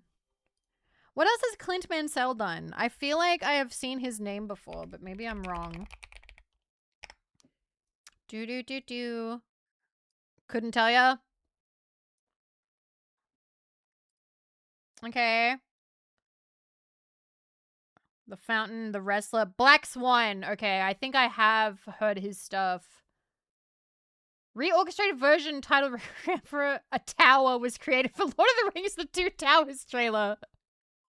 Wow, really? Hot Fuzz, Back to the... Oh, I love both of those movies! But no, you got good taste. You got good taste. The Whole, Rain, Abandoned, Murder by Numbers. I have not heard of most of these. Smoking Aces. Have heard of Black Swan. Hi, Cube! Cube, do you have any favorite movies? I like Robin Hood, Men in Tights, and Summer Wars. Huh. James and the Giant Peach. I had the VHS tape for that. It scared me. It scared me as a child. But it was one of the few tapes that we had. Alright. Well, I've never seen Requiem. The spider was hot. She was. She was French, wasn't she? So I've never seen this, and I probably won't. Probably won't. Lord of the Rings Return of the King. Out of the 3 Lord of the Rings movies, I actually think this one was like my least favorite, but I still loved it. I still really liked Lord of the Rings Return of the King. I like the bit where the ghost army comes and helps. 1 and 3 are your favorite? Listen, it's still like, it's like a 4.9 or something, okay? Like, it's like right up there. You need to watch the first one. It's good. It's good. Oh, look, it's Star Wars. Have I seen... Is this the... 2005. I definitely did not see this one. I did not see this one.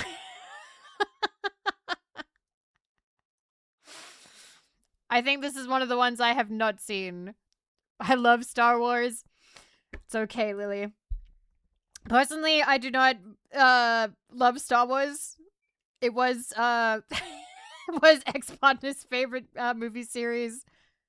And it's one of those I have a strained relationship with space media. Can't let him dictate things. Listen, heal now.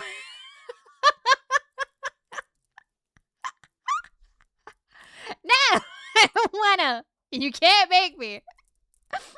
Whitey woman, excuse me. You being James from Pokemon right now? Let's blow these whiting women back to the Stone Ages. Alright. Alright. I have nothing to say about Star Wars. I'm sorry. Superbad I watched recently, actually. I can't remember when. I actually can't remember when. Like, I can't remember when I first watched it. We recently watched this, I think, in the last 5 months or something. And I actually thought this was a fun movie. I actually did enjoy this. I think I'd give it, like...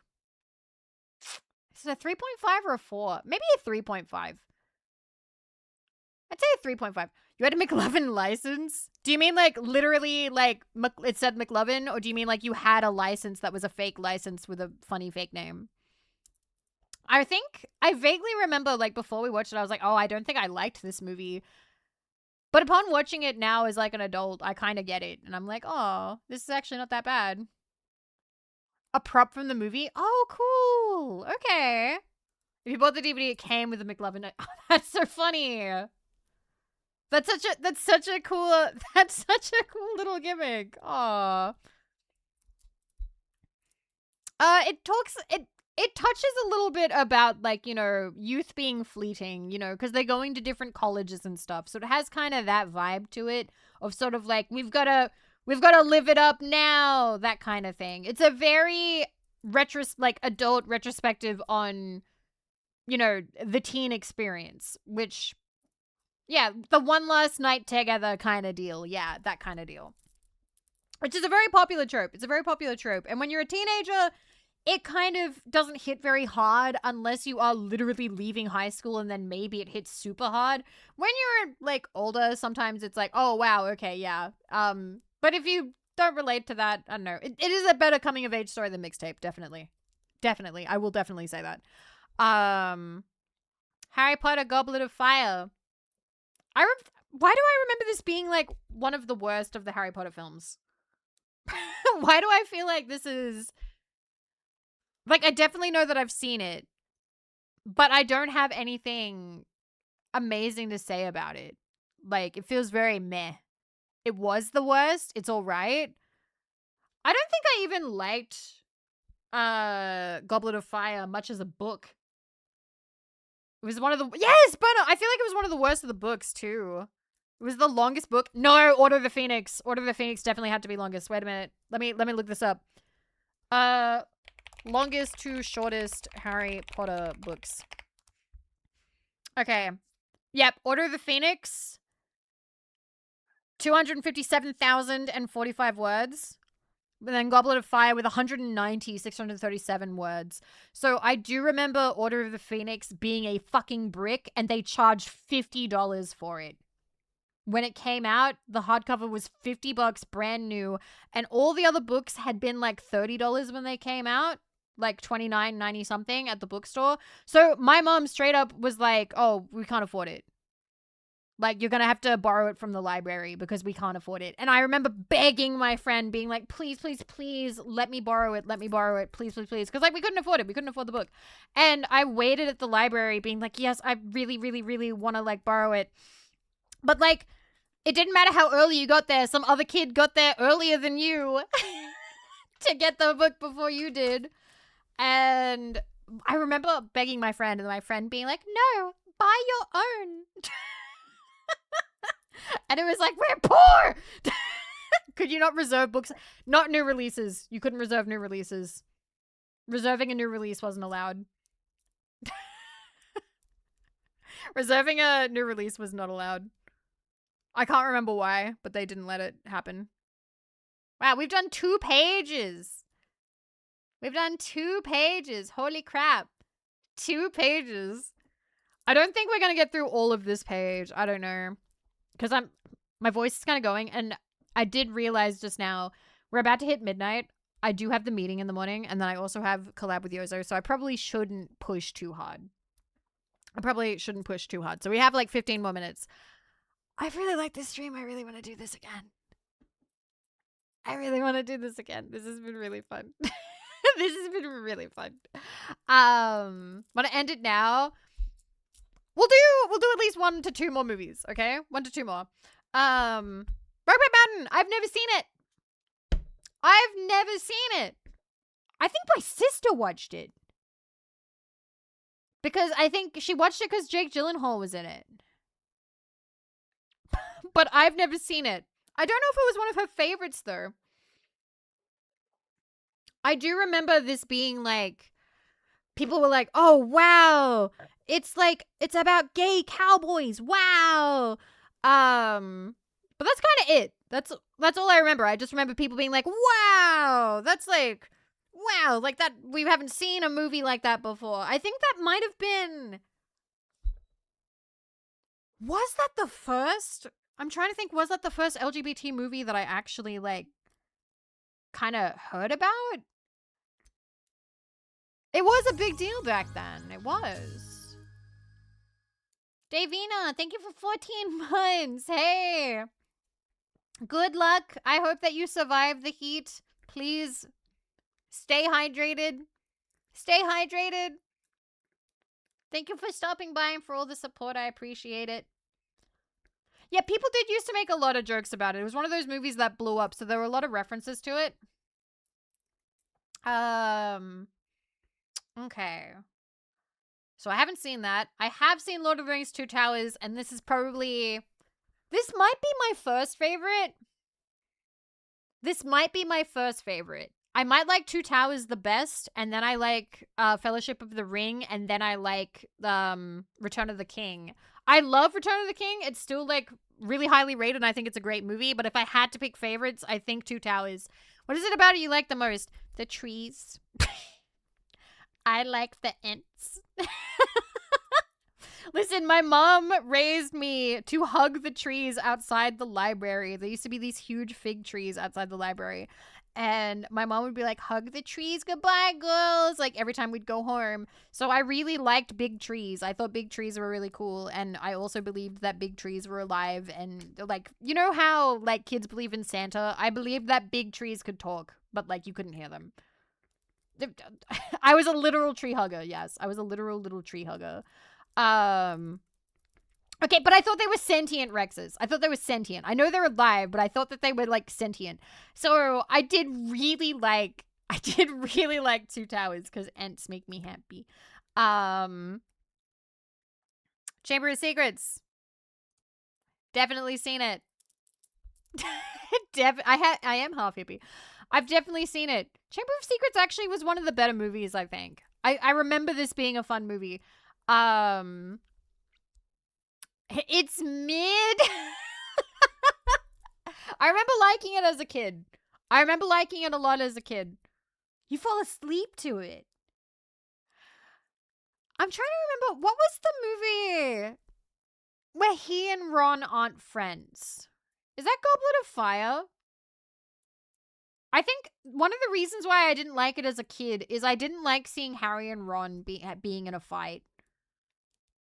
It like made me sad and stressed me out, so I hated that one. I was like, it's a bummer. Wait. But no, I think I liked Chamber of Secrets quite a bit. Different Harry Potter books stressed me out a little bit as a child. The second one stressed me out a little bit. I did not write Harry Potter fanfics, no. I tried to write Ron Draco Malfoy one, and I got chased off of that section of Quizilla. Because I was doing it for like attention, and they immediately knew. They immediately knew. Okay. Good at them. So, Gladiator I have not seen. I have not seen Gladiator. I don't know anything about Gladiator. Watch it. Classic. Who's in it? Russell Crowe, Joaquin Phoenix, Connie Nielsen, Oliver Reed, Richard Harris, Derek Jacobi. Okay. So, this is one of those Roman movies. It's about Rome. Oh, is this the Are You Not Entertained? It's one of the best films of all time, I beg you, Vivi. You know what? Sure, you threw me $1, I'll add it to my watch list. Can that be how these work? If we are going through a movie and you give me $1, I'll put it on my watch list. It's one of the best of all time. Wow. All in on Star Wars. Chimimi, no! You need way more bits for Star Wars. I'm setting that at like $100. You're gonna have to drop like the 10,000 bits for me to pay attention to that. Okay. Deal. Alright. I've never seen Oldboy. I don't know anything about Oldboy. I'm guessing, is this 15 years of imprisonment, 5 days of vengeance. No clue how he came to be imprisoned. Drugged and tortured for 15 years, desperate man seeks revenge on his captors. Have you heard of The Lighthouse? I have not heard of The Lighthouse. But the rule is I have to be on the page. I have to be on the page, okay? We're not on the page right now. JD, thank you for 13 months. Thank you. I forget what they call, Do they have like a term for like action movies? I also don't know if... Oh boy, wait. Lighthouse is a very recent movie. It's one of the best Korean movies I've seen so far. They just call it an action movie? Okay. Please go to the page from Moon so I can give you $20 to watch it. No, not today. It's the movie with iconic hole scene. It's drama more like with action. Okay. But unsigned, thank you with 100 caps again. Thank you. I also have never heard of The Prestige. Never heard of it. Zero copy, thank you for 19 months. Thank you. You're watching closely. Mysterious story of two magicians whose intense rivalry leads them on a lifelong battle for supremacy full of obsession, deceit, and jealousy with dangerous and deadly consequences. I like the poster. The poster looks cool. It's about the teleportation trick. I've actually never heard of this. This is another Christopher Nolan movie. Do people just really like Christopher Nolan? You have to watch that before you get spoiled on it. Ah, okay. The poster looks neat. Okay. Okay. Oh, good. We can add at least one more. I have seen Iron Man. I have seen Iron Man. And I didn't mind it. If I remember correctly, Iron Man was all right. I did not hate Iron Man. I might have liked Iron Man 2 more, which is the one with,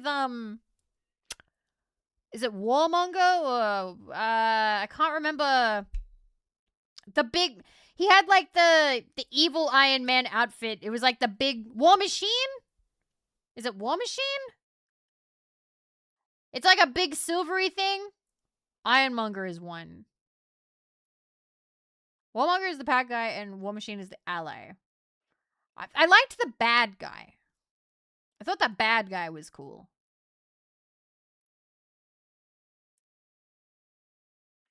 Ironmonger is the end of one. Okay. Then I think that's the one that I liked. Jeff Bridges. Yeah! I'm all about this. This is good. You know how Jets talks about, like, loving old men? This is my type of old man. This is the one. This is the one. This one. That's my type of old man. That's the man. Yep. Okay. Okay. All right.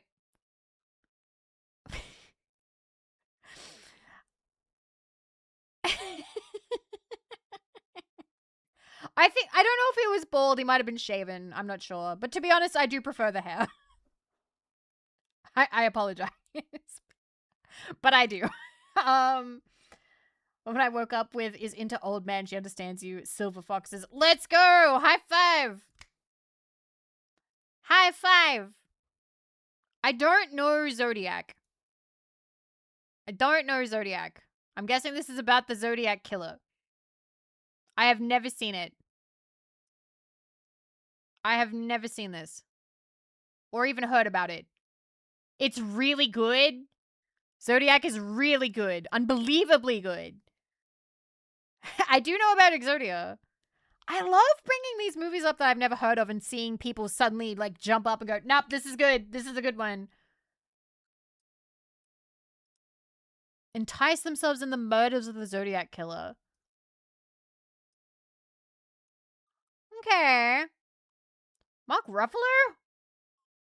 Robert Downey Jr.? Jake Gyllenhaal was getting work. Holy shit. Have you done the video game version of the site backlogged? No, I have not. I have not. Is that a real thing? Because that sounds awesome. This is the one I'll happily watch anytime someone wants to watch it. It's so well acted and directed. It's a stacked cut. I'm feeling a little interested. I did, when I was younger, have like a vague interest. All right. There you go. We got a watch list. This was a rom-com, right? Lost in Translation was a rom-com.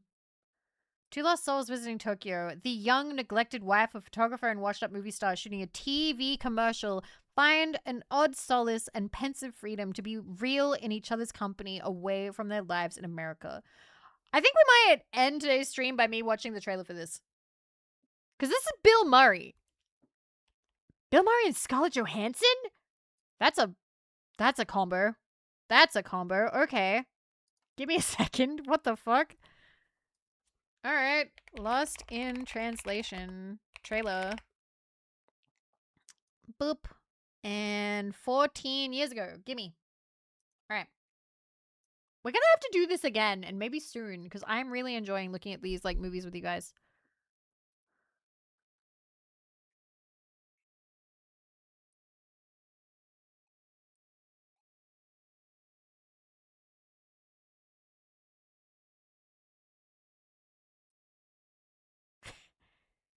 Bob is an actor. Bob is lost.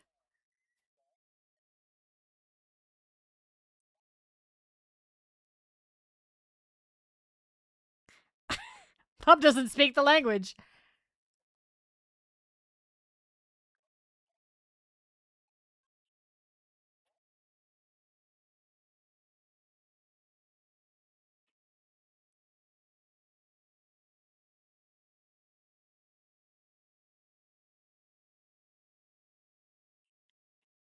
Friendship needs no translation.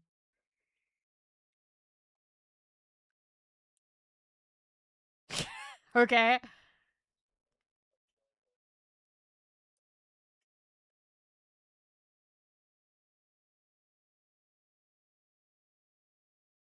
Huh.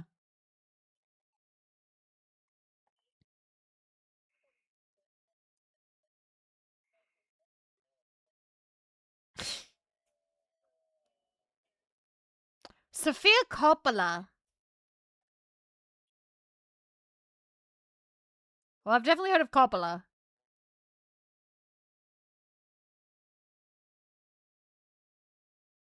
How have I never seen this? This feels like it was on TV a lot when I was a kid. I don't think I ever watched it.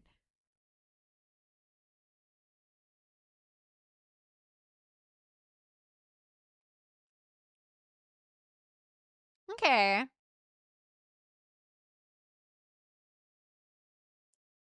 What channel do you see it airing on? Either Prime or 10? Prime or Channel 10?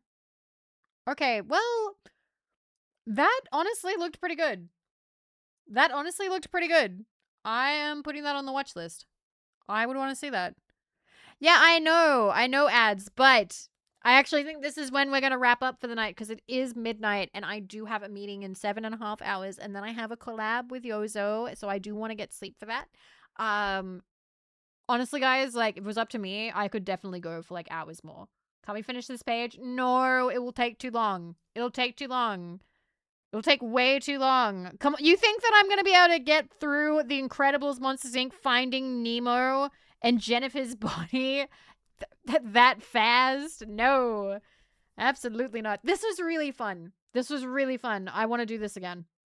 I want to do this again. I am enjoying opening Letterboxd. I'm enjoying doing this.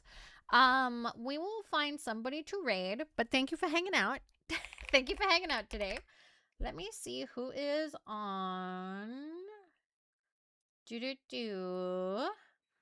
I see a lot of people playing Pal World. Because I think Pal World had its like 1.0 release. I saw that and I was like, if I wanted to be like on top of things, then shouldn't I be streaming the like flavor of the month stuff? And then I'm like, nah, I want to talk about movie because I made this thumbnail the other day and I had way more fun. I reckon. Ooh, I see somebody cute. Hell yeah. You know what? We should send some love over to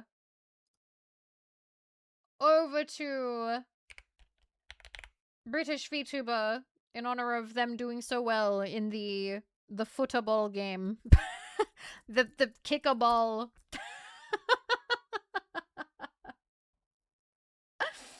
Who knows? All right, we're gonna raid Roko. Loco. British clown. British clown. Footable. Not footable. All right. Gonna send you guys over. Thank you guys for spending time with me. Nicey, thank you for your $10. I appreciate it. Thank you. Thank you for the support. I will see you guys when I see you. Hopefully see you tomorrow if you are awake, where we are going to be over on Yozo's. We're going to be over on Yozo's finishing up Super Seducer, so that should be fun. All right, guys. All right. I will see you when I see you. Thank you for talking about movies with me. Bye-bye. Bye-bye.